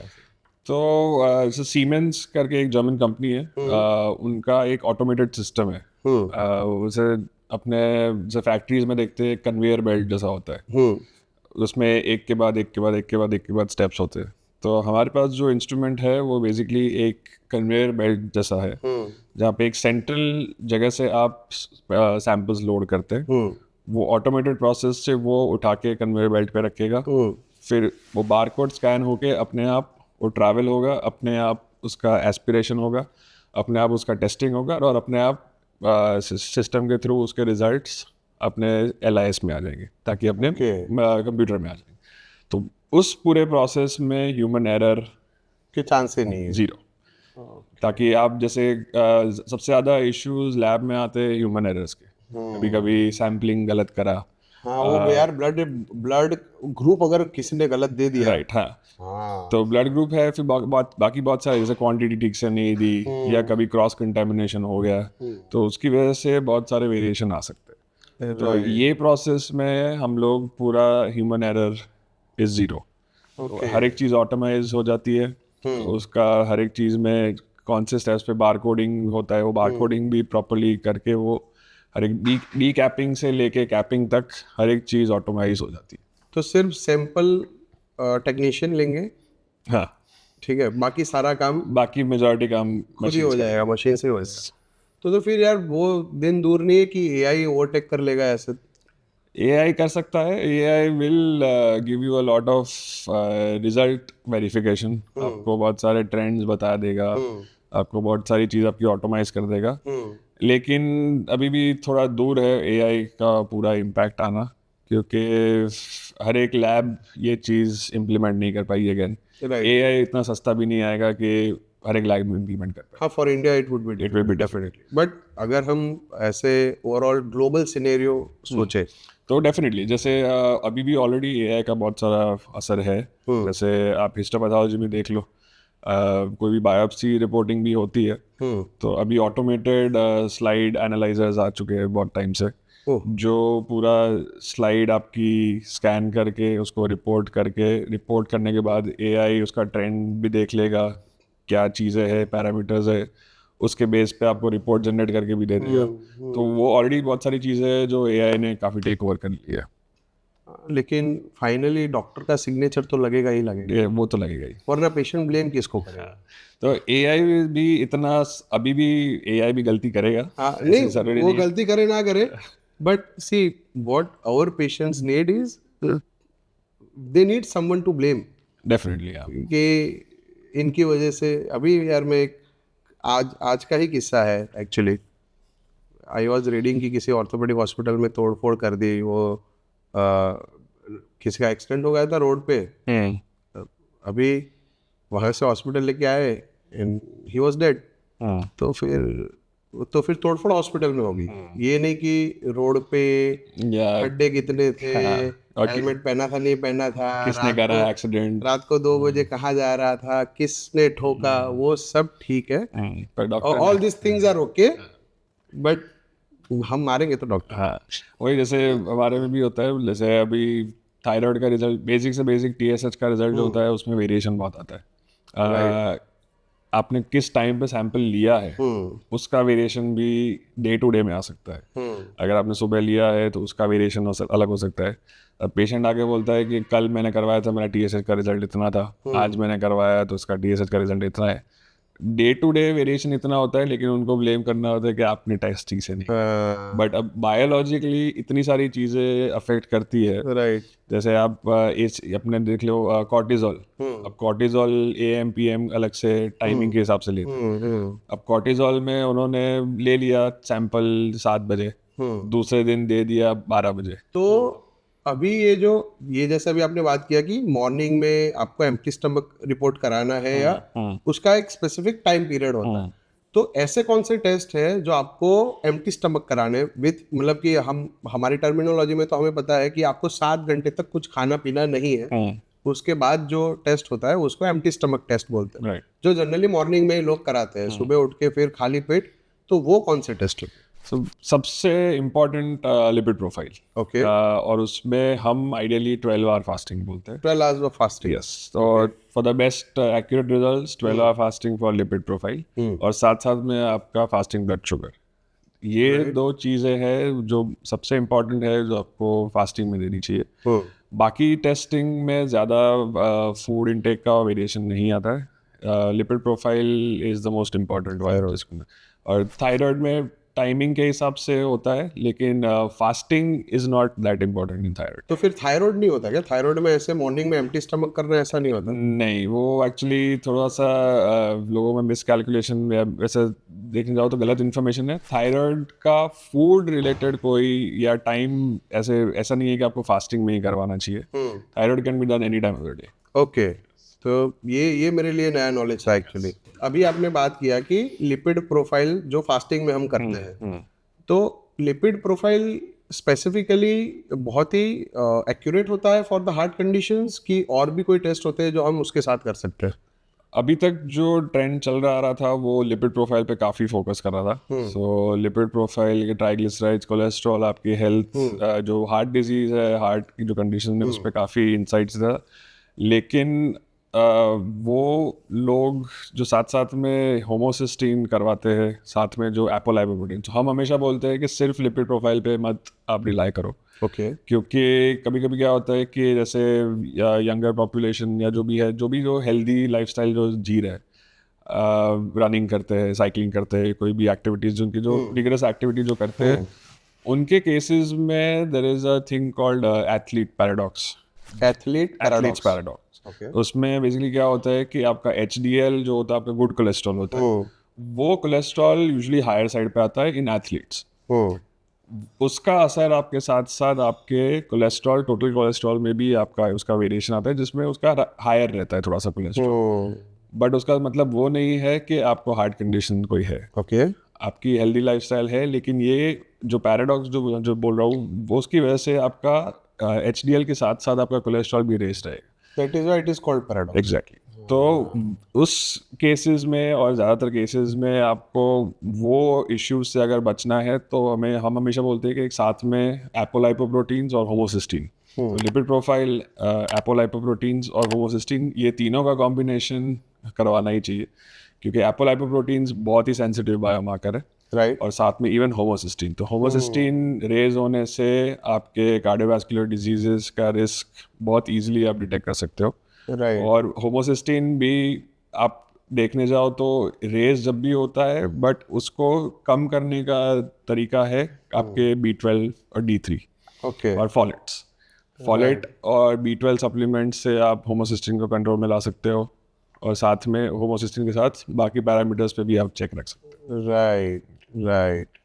तो ये अभी जो आपने बात किया D3 और B12, जो मेरा बहुत ही पसंदीदा सब्जेक्ट है, मतलब टॉपिक है, ऐसे मुझे बहुत अच्छा लगता है उस पर बात करना, क्योंकि मैं बहुत ही ज़्यादा रिलेटेड हूँ उससे।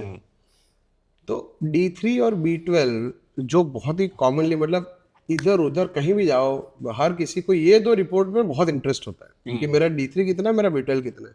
एक ना हमारे पॉपुलेशन में एक साइकोलॉजी में आ गया है कि मुझे कुछ भी है तो मेरा D3 चेक कर लो, मेरा B12 चेक कर लो। तो what is the actual scenario behind this?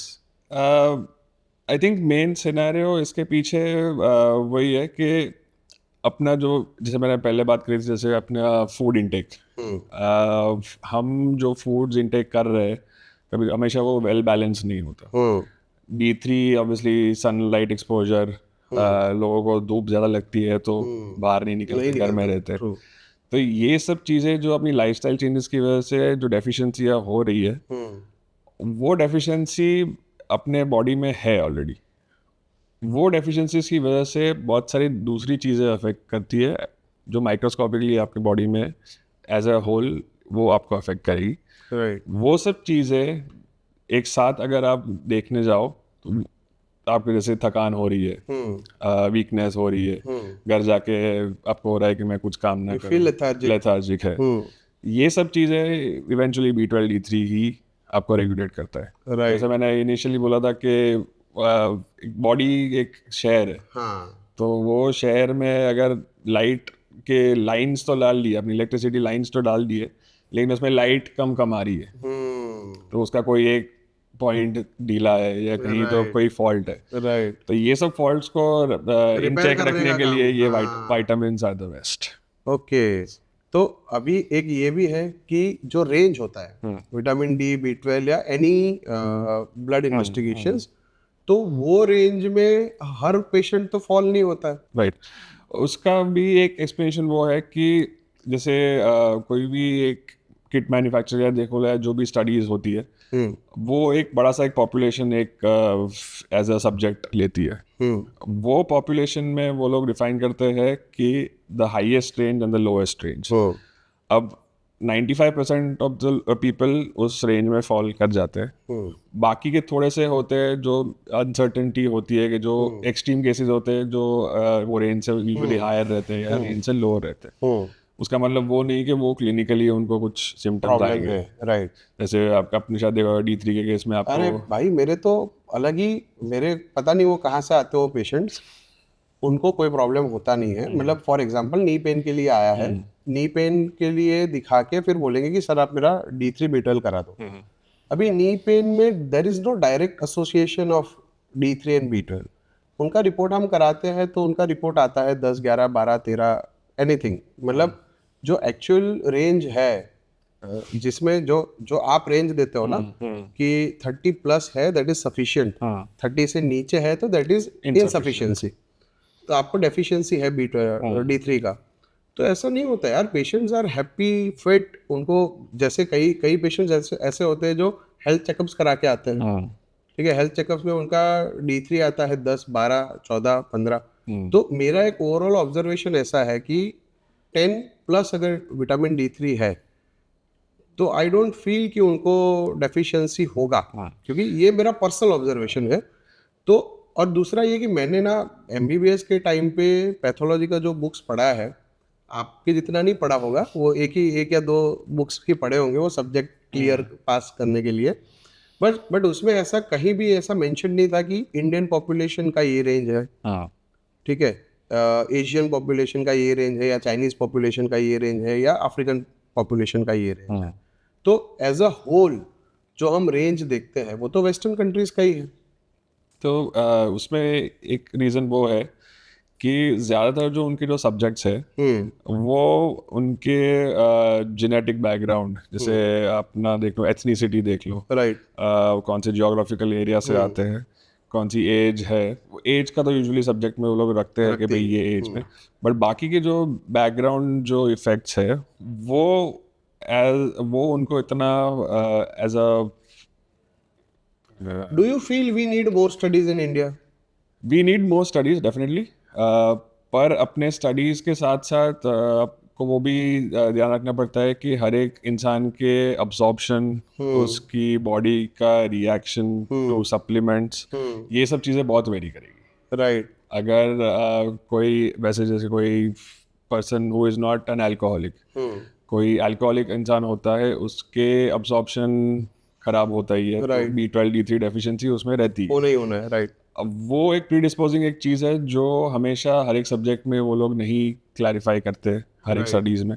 Right, तो ये absorption is a very big thing कि आपके ब्लड सर्कुलेशन में कितना है। कभी कभी वेट फ़र्क भी पड़ता है कि जो लोअर वेट है उनको D3 की इतनी ज़रूरत शायद नहीं हो, वो D3 अगर इतना ज़रूरत नहीं है तो वो शायद इनसफिशिएंसी में है, राइट, लेकिन उनकी आइडियल बॉडी फंक्शनिंग के लिए उतना ज़रूरी है। राइट, तो वो उनको शायद रेंज में ऐसा रिफ्लेक्ट नहीं करेगा कि मैं उनको देख के लगेगा कि मैं इनसफिशिएंट हूँ। उनके नीड कम है, एग्जैक्टली, Right. तो बॉडी की नीड के हिसाब से उनका है, सिम्टम्स नहीं है तो दे आर फाइन।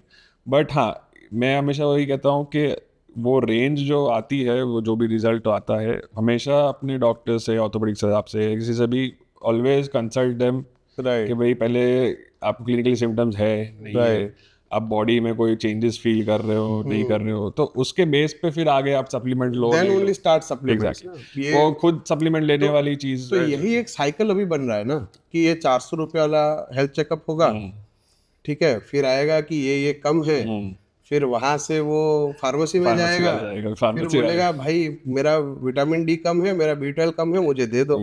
तो ये ना, ये पूरा एक जो विशेष साइकिल में पेशेंट फंस जाता है। हाँ, तो वही मैं भी वही बोलता हूँ कि हमेशा अब डॉक्टर्स है इसीलिए कंसल्टेशन के लिए। नहीं, ideally 100% you are very true कि डॉक्टर अगर सजेस्ट नहीं करते हैं तो टेस्ट करने ही नहीं चाहिए। हाँ, आई वुड से, जैसे अपने प्रिवेंटिव की बात करी, प्रिवेंटिव केसेस में यस, प्रिवेंटिव केसेस में आपको करवाना ही चाहिए। जैसे अब एज के हिसाब से अलग अलग टेस्ट होते हैं, राइट, तो आपको कुछ एज के बाद ये चीज़ें आपको मॉनिटर करनी जो चाहिए। प्रिवेंटिव मेजर्स लेने हैं, आपको कोई प्रॉब्लम नहीं है, ठीक है, but you are you want to be healthy और आपको सारे पैरामीटर्स चेक रखने हैं, तो पहली तो बात यह है कि आपको रेफरेंस रेंज पे ज़्यादा फोकस नहीं करना है, नहीं, right, but you want to be very vigilant about your health. तो एज के हिसाब से कौन कौन से टेस्ट करने चाहिए? For example let's start with the young people, कि यंग लोगों को कौन कौन से टेस्ट करने चाहिए? सो आइडियली यंग में, अगेन मैंने जैसे बोला कि ग्रोइंग एज वाले लोग होते हैं, कुछ एज तक आपको विटामिन डेफिशिएंसीज होती है, न्यूबॉर्न से लेके एडोलेसेंट, चाइल्ड एडोलेसेंट तक आपको B12 D3 आयरन ये सब चीज़ें बहुत इफेक्ट करती है आपके ग्रोथ में, डेवलपमेंट। ये सब चीज़ तो आपको करवानी है। एज अ यंग एडल्ट और इवन टिल आई वुड से 35 तक आपके B12 D3 बहुत ज़रूरी है। अगर आपको पास्ट हिस्ट्री है कोई हार्ट डिजीज़ की, कोई फैमिली में किसी की है या डायबिटीज़ की है, तो आपको वो सब चीज़ें मॉनिटर करती रहनी चाहिए।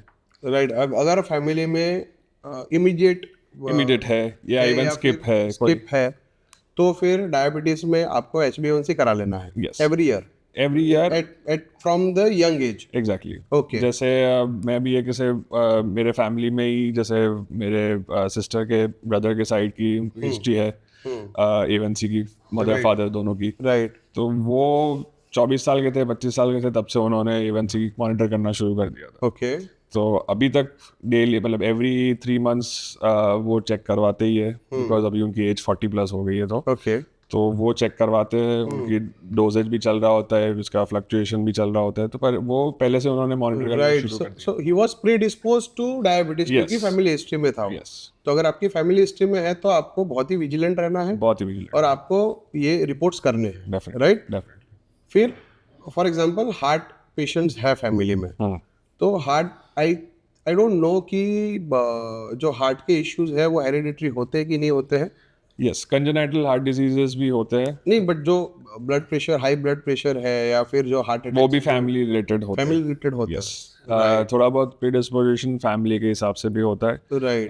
जैसे हाइपर कोलेस्ट्रोलीमिया बोलते हैं, जैसे कोलेस्ट्रॉल जनरली हाई रहता ही है, वो कहीं ना कहीं हमेशा कंजेनाइटल ही होता है। ओके, कोलेस्ट्रॉल हाई रहने का रीज़न आपका डाइट या आपकी लाइफस्टाइल हमेशा नहीं होता है। अगर यंग एज से आपको हाइपर कोलेस्ट्रोलेमिया है तो उसका मतलब है कि आपके फैमिली से कहीं से आपको वो राइट, राइट, राइट। तो यंग एज में आपको ये भी देखना है कि अगर आपकी फैमिली में किसी को एग्जैक्टली, हाइपरटेंशन है तो आपको तो भी आप थोड़ा चेक रखो। यस, इट इज क्योंकि अभी यंग एज में हार्ट अटैक्स और वो सब बहुत बढ़ गया बहुत बढ़ गए। है। Right, right, right. तो इसलिए जो भी आप लिपिड प्रोफाइल्स है, शुगर है, आपके B12 D3 है, जो हम यूजुअली बेसिक हेल्थ पैकेज में बोलते हैं, वो सब चीज़ें आपको सिंस अर्ली एज आपको क्रॉस चेक करवाते रहनी चाहिए।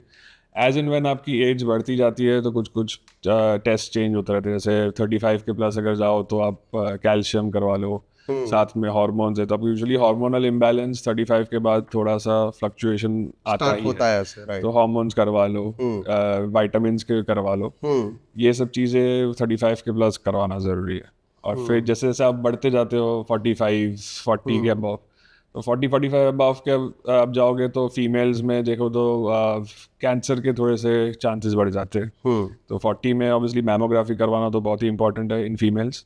तो साथ में आपके irrespective of family history, irrespective ideally जैसे आपने बोला विजिलेंट रहना है। अगर फैमिली में ब्रेस्ट कैंसर की है हिस्ट्री तो आपको बहुत ही ज़्यादा विजिलेंट रहना है। Then you should start from 35। Definitely, yes. तो Right. बट उसके अलावा then I would not suggest कि मैमोग्राफी की ज़रूरत है, बट आपको हाँ आपको सिम्टम्स के लिए हमेशा नज़र रखनी चाहिए कि कुछ सिम्टम्स हो रहे हैं, Yeah, वो सब right. चीज़ें।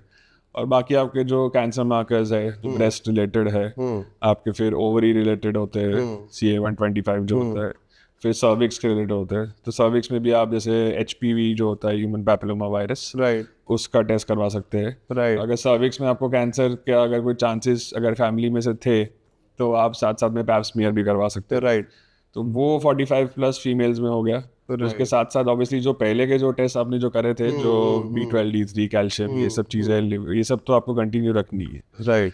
और फिर जैसे अब आगे बढ़ते जाते हैं तो एज के हिसाब से 65-60 के प्लस हो गए, तो उसमें मेल्स में प्रोस्टेट कैंसर की चांसेस बढ़ जाते हैं। राइट, और साथ साथ में वही वही टाइम है जब आपके लिवर, किडनी, ये सब चीज़ें थोड़ा सा फंक्शनल थोड़े राइट डिग्रेड होने स्टार्ट होते हैं। तो आप liver function test, kidney function test, आपकी हार्ट कंडीशन भी काफ़ी हो जाती है। तो साथ साथ में हार्ट के लिपिड प्रोफाइल, होमोसिस्टीन, ये सब चीज़ें भी आइडियली आपको 60 के प्लस ईयरली या करवा 6 मंथली, आइडियल से yearly. Yearly, yes, right, right, right. यार this was very actually insightful. तो कौशल, कोविड के बाद ऐसा हुआ है क्या कि लोगों में हेल्थ अवेयरनेस बहुत ज़्यादा बढ़ गया है और लोग जैसे प्रिवेंटिव हेल्थ चेकअप की हम बात कर रहे हैं तो वो लोग ज़्यादा करने लगे, ऐसा हुआ है? डेफिनेटली बहुत ज़्यादा इंक्रीज हुआ है कंपैरेटिवली। पहले लोग थोड़ा बहुत अवेयर थे, इतने ज़्यादा लोग अवेयर नहीं थे। थोड़े बहुत थे जो पहले भी अवेयर थे, अभी भी अवेयर है, लेकिन अब उसकी संख्या बढ़ गई है जो लोग ज़्यादा अवेयर है, क्योंकि ऑलमोस्ट बहुत सारे लोगों को शायद नियर डेथ एक्सपीरियंस हुआ था। उनको हेल्थ का एक्चुअल जो इम्पोर्टेंस है लाइफ में, कि भाई अगर तुम हेल्दी रहोगे तो ही बाकी सारी चीज़ें कर पाओगे। राइट। तो वो एम्फेसिस जो कोविड के बाद थोड़ा बहुत आया है लोगों के, दैट इज़ वेरी इंपॉर्टेंट, और वो डेफिनेटली लोगों में भी देखा है, तभी प्रिवेंटिव हेल्थ चेकअप बहुत बढ़ गए। लोगों को पता चलने लग गया कि हमारे इंटरनली क्या क्या चीज़ें हैं जो असर कर सकती है, कि अगर आप इंटरनली हेल्दी नहीं हुए तो कोविड जैसी अगर एक और बीमारी आई तो परेशान तो वापस आप परेशान हो सकते हो। क्योंकि उसमें कोविड में हमने देखा था कि बहुत सारे वही लिवर पेशेंट्स, किडनी पेशेंट्स, कोई भी कोमॉर्बिडिटीज वाले जो पेशेंट थे, उनके में डेथ ज़्यादा हो रही। हाँ, उनका वो रेशियो ज़्यादा था। Very true. तो वो चीज़ें अब लोगों को भी पता लगने लगी थी कि भाई कोई कोमॉर्बिडिटी है तो हम शायद नेक्स्ट कोई पैंडेमिक आएगा तो शायद हमारे भी चांसेस नहीं रहे। तो वो सब चीज़ें डेफिनेटली बहुत फ़र्क पड़ रही है लोगों के दिमाग में।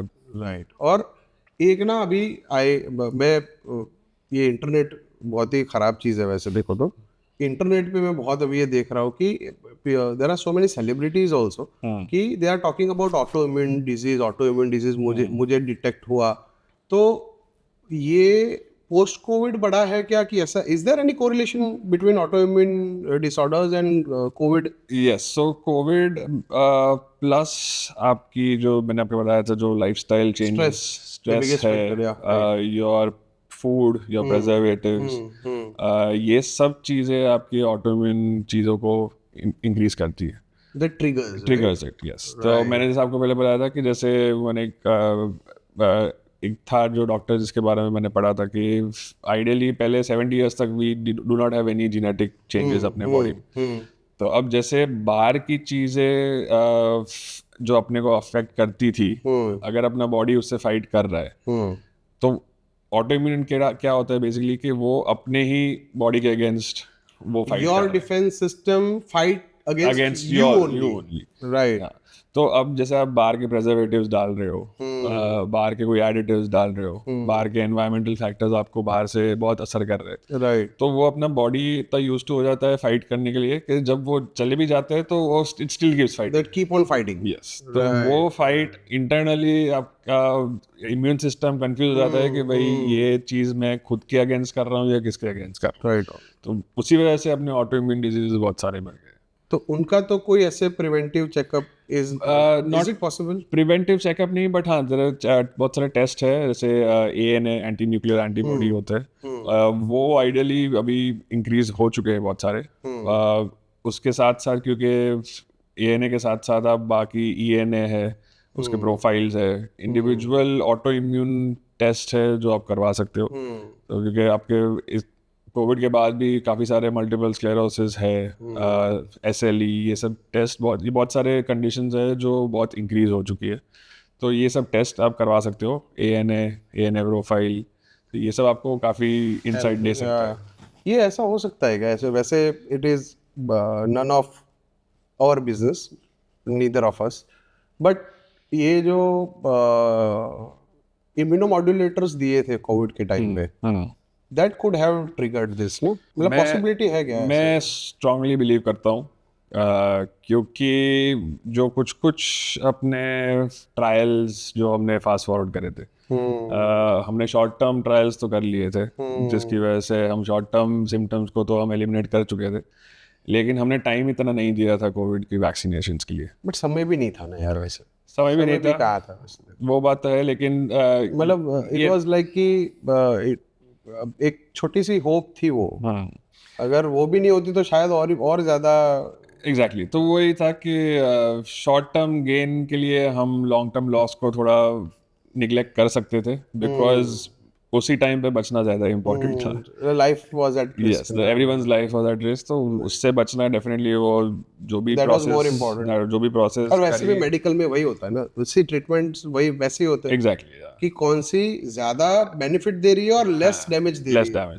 तो क्योंकि whatever medicine we are taking, कहीं ना कहीं तो उसका साइड इफेक्ट है ही। तो ऐसा तो है नहीं कि कोई मेडिसिन ऐसा है कि जिसका कोई साइड इफेक्ट नहीं है, एकदम वो बोले ना क्लीन, ऐसा तो कोई है ही नहीं। राइट तो हर एक चीज़ का साइड इफेक्ट तो होता ही है, तो ये गेन ज़्यादा अच्छा है साइड इफेक्ट से, I राइट, guess. बच गए, जान बच गई, वो इम्पोर्टेंट। Exactly. ट्रू। अभी ये ना कोविड की बात हुई तो आई कैन एक्चुअली वो टाइम फ्रेम को मैं जज कर पा रहा हूँ। उसी टाइम पे शायद आपने एंडोक्राइन से एंडोक्राइन एंड एलर्जी नाम जो आपने शिफ्ट किया था, EA Labs. EA Labs। तो क्या उस टाइम पे कुछ ऐसे न्यूमरोलॉजी वाला रील देख लिया था कि नाम चेंज करो तो आपका ग्रोथ होगा या ऐसे नहीं कुछ?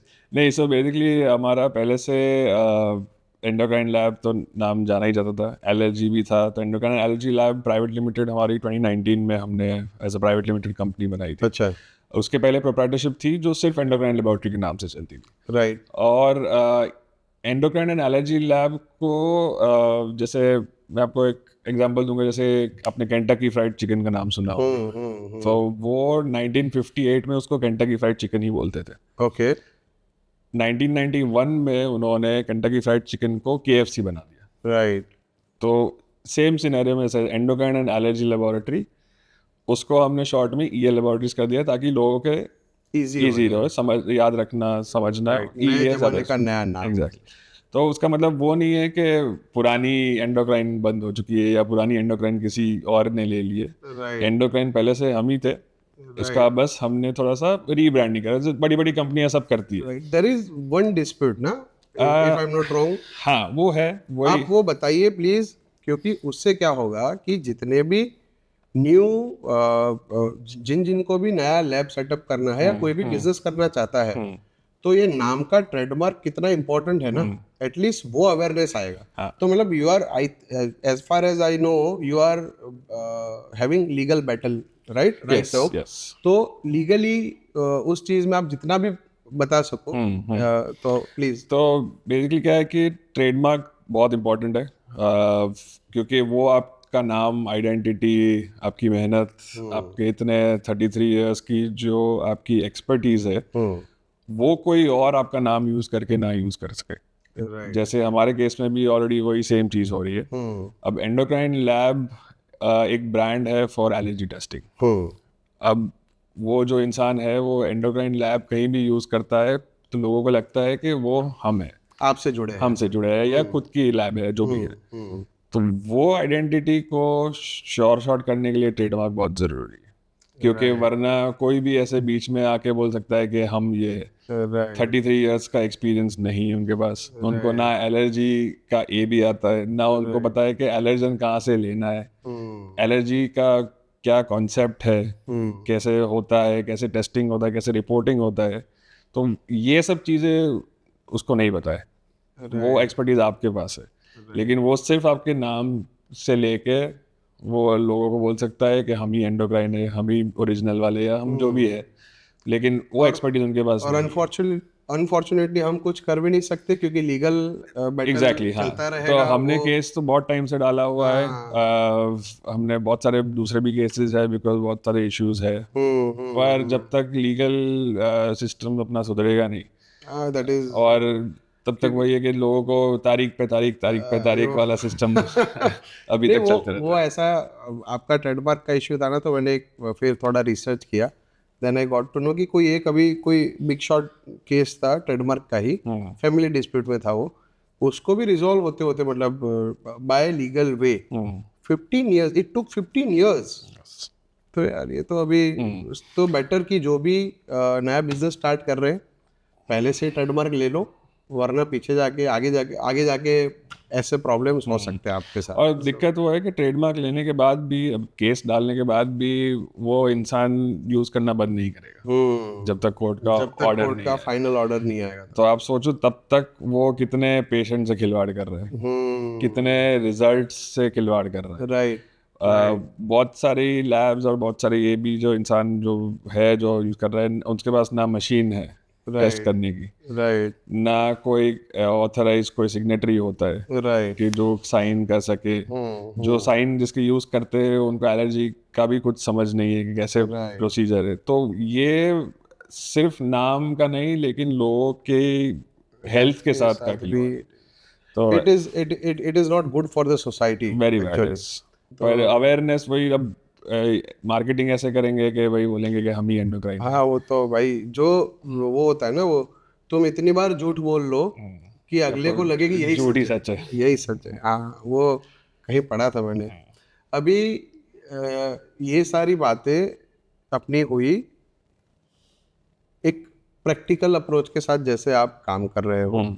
बट जितने भी एमबीबीएस में स्टूडेंट्स हैं जिनको पीजी परस्यू करना है, तो उनके लिए आप अगर कुछ इंसाइट्स दे सको कि कैसा मार्केट है, पैथोलॉजी एज अ ब्रांच कैसा है, लेना चाहिए नहीं लेना चाहिए, अगर लेना चाहिए तो किसको pathology, who should opt pathology. तो मैं जब पीजी कर रहा था भारतीय विद्यापीठ में, तब हमारे जो एक सुपरिटेंडेंट होते थे उन्होंने एक बहुत इंपॉर्टेंट चीज़ कही थी जो मेरे दिमाग में अभी भी है।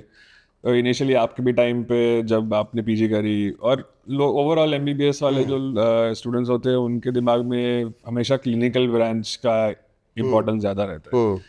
तो ये जो हमारे सुपरिटेंडेंट थे उन्होंने बोला कि आपको ऐसा लगता है कि क्लिनिकल ब्रांच ही सब कुछ है, लेकिन आपका बॉडी जो है वो हर एक क्लिनिकल ब्रांच है। ऑर्थो ले लो, गायना ले लो, हर एक चीज़। राइट। पर ये बॉडी को चलाने के लिए आपके दो हाथ की ज़रूरत है। जो एक हाथ है वो पैथोलॉजी है और जो डायग्नोस्टिक है, और ये एक हाथ है जो रेडियोलॉजी है। राइट। तो ये दोनों का होना बहुत ज़रूरी है, तभी अभी जो पैरा क्लिनिकल है बोलो या वो, तो ये सब ब्रांचेस बहुत ज़्यादा ही अपकमिंग है, बिकॉज अपने डिजीजेस इतने बढ़ गए। तो अगेन जैसे हम बात कर रहे थे, तो उसका डिटेक्शन, हर एक चीज़, आप कोई भी चीज़, कोई भी ट्रीटमेंट देने से पहले आपको कुछ कुछ इन्वेस्टिगेशंस तो करवाने ही पड़ते। डेफिनेटली। तो ये इन्वेस्टिगेशंस के बिना ट्रीटमेंट होगी नहीं। तो ये मैं स्टार्टिंग में ही वही बोला ना कि आपके बिना ना कोई डिजीज डायग्नोस हो सकता है, ना कोई डिजीज ट्रीट हो सकता है, और सर्जरी तो हो ही नहीं सकता। नहीं हो सकता। अगर पेशेंट फिट नहीं है, एनेस्थेटिस्ट हमारे सबसे पहले ब्लड रिपोर्ट से मांगेंगे, लाइए हीमोग्लोबिन कितना है। तो ये दो हाथ के बिना ये बॉडी कुछ काम की नहीं। Very true, very true. तो आई वुड सजेस्ट कि जो भी बच्चे हैं, जो भी एमबीबीएस स्टूडेंट्स है, जो भी प्लान कर रहे हैं, ऐसा ज़रूरी नहीं है कि आपको क्लिनिकल ब्रांच ही लेना है। स्कोप बहुत ज़्यादा है, और आगे जाके भी स्कोप बहुत बढ़ने वाला है डायग्नोसिस का, डायग्नोस्टिक ब्रांचेस का। तो as a pathologist, microbiologist, biochemist, ये सब आगे के फेस में नहीं है, लेकिन बैक एंड पे जितना काम करते हैं, वेरी इमर्जिंग हाँ, ब्रांच। वेरी इमर्जिंग ब्रांच, जितना स्कोप है वो शायद अब कुछ कुछ क्लिनिकल ब्रांचेस में एग्जॉस्ट हो चुका है। जैसे आप बोल रहे थे कि सिर्फ 4,500 पैथोलॉजी, एग्जैक्टली। तो डिमांड कितनी है बहुत ही ज्यादा डिमांड है। तो अगर आप इनिशियली आप एज अ पैथोलॉजिस्ट पढ़ लो, यू कैन ज्वाइन समवन, अपना खुद का नहीं खोलो, यू कैन इवन कोई प्रॉपर मल्टीनेशनल कोई लैब है। हाँ मतलब 10,000 लैब है डेफिनेटली। जैसे गुजरात में 10, अहमदाबाद के आसपास में ही ऐसा डेटा आया है। तो बहुत जरूरत ही स्कोप जरूरत है, स्कोप बहुत ज़्यादा है। बट ये थोड़ा माइंडसेट थोड़ा चेंज करने की ज़रूरत है कि क्लिनिकली सब कुछ है। राइट। मतलब if you want a peaceful life, हाँ गुड मनी हाँ। एंड वर्क लाइफ बैलेंस, तो पैथोलॉजी इज तो आपने बीच में जो बोला था कि मार्जिन बहुत ज़्यादा अच्छा है। तो वो मार्जिन डेफिनेटली अच्छा है, स्कोप है, आपका वर्किंग का जो बैलेंस होता है वो रहता है, आपको सेटिस्फैक्शन भी मिलता है। राइट। बट हाँ, ये आई थिंक ये थोड़ा लोगों के दिमाग से थोड़ा अगर हटे कि क्लिनिकल ब्रांच में ही वो बट दैट इज सब्जेक्टिव ना, nature of people. Right right. कुछ लोगों का ऐसा होता है कि आई वांट, मुझे डायरेक्ट पेशेंट कांटेक्ट नहीं चाहिए, हाँ, तो उनके लिए this is the best. This is the best brand. Radiology is also best. Right right. पर वही कोई ये सब करने से कोई कम ब्रांच है वैसे ही system, it is as important as equal to all the branches. मतलब everything is important. Human body के साथ आप रिलेटेड हो, ठीक है, सो एवरीथिंग इज इम्पोर्टेंट। ऐसा तो कुछ कम इम्पोर्टेंट ज्यादा इम्पोर्टेंट नहीं होता है। The thing is what ever you do, give your best. Yes, हाँ, जो भी करो, जो भी सिलेक्ट करो, हाफ हार्टेडली मत करो, पूरा पूरा जोर लगा के पूरा इन्वॉल्व होके करोगे तो उसमें भी मजा तो आएगा। फिर मजा ही आएगा। जैसे आज बहुत मजा आया बात करने का। Yes, really. So thank you so much Kaushal, thank you so much it for was having. Great fun. और ये ऑफ कैमरा से ज्यादा ऑन कैमरा मजा आया बैठने में। आई थिंक ऑफ कैमरा वाली बात तो भी काफ़ी ऑन कैमरा आ गई. आ गई અને એકચ્યુઅલી બહુ મજા આવી. Thank you for having me again. Thank you bro, thank you.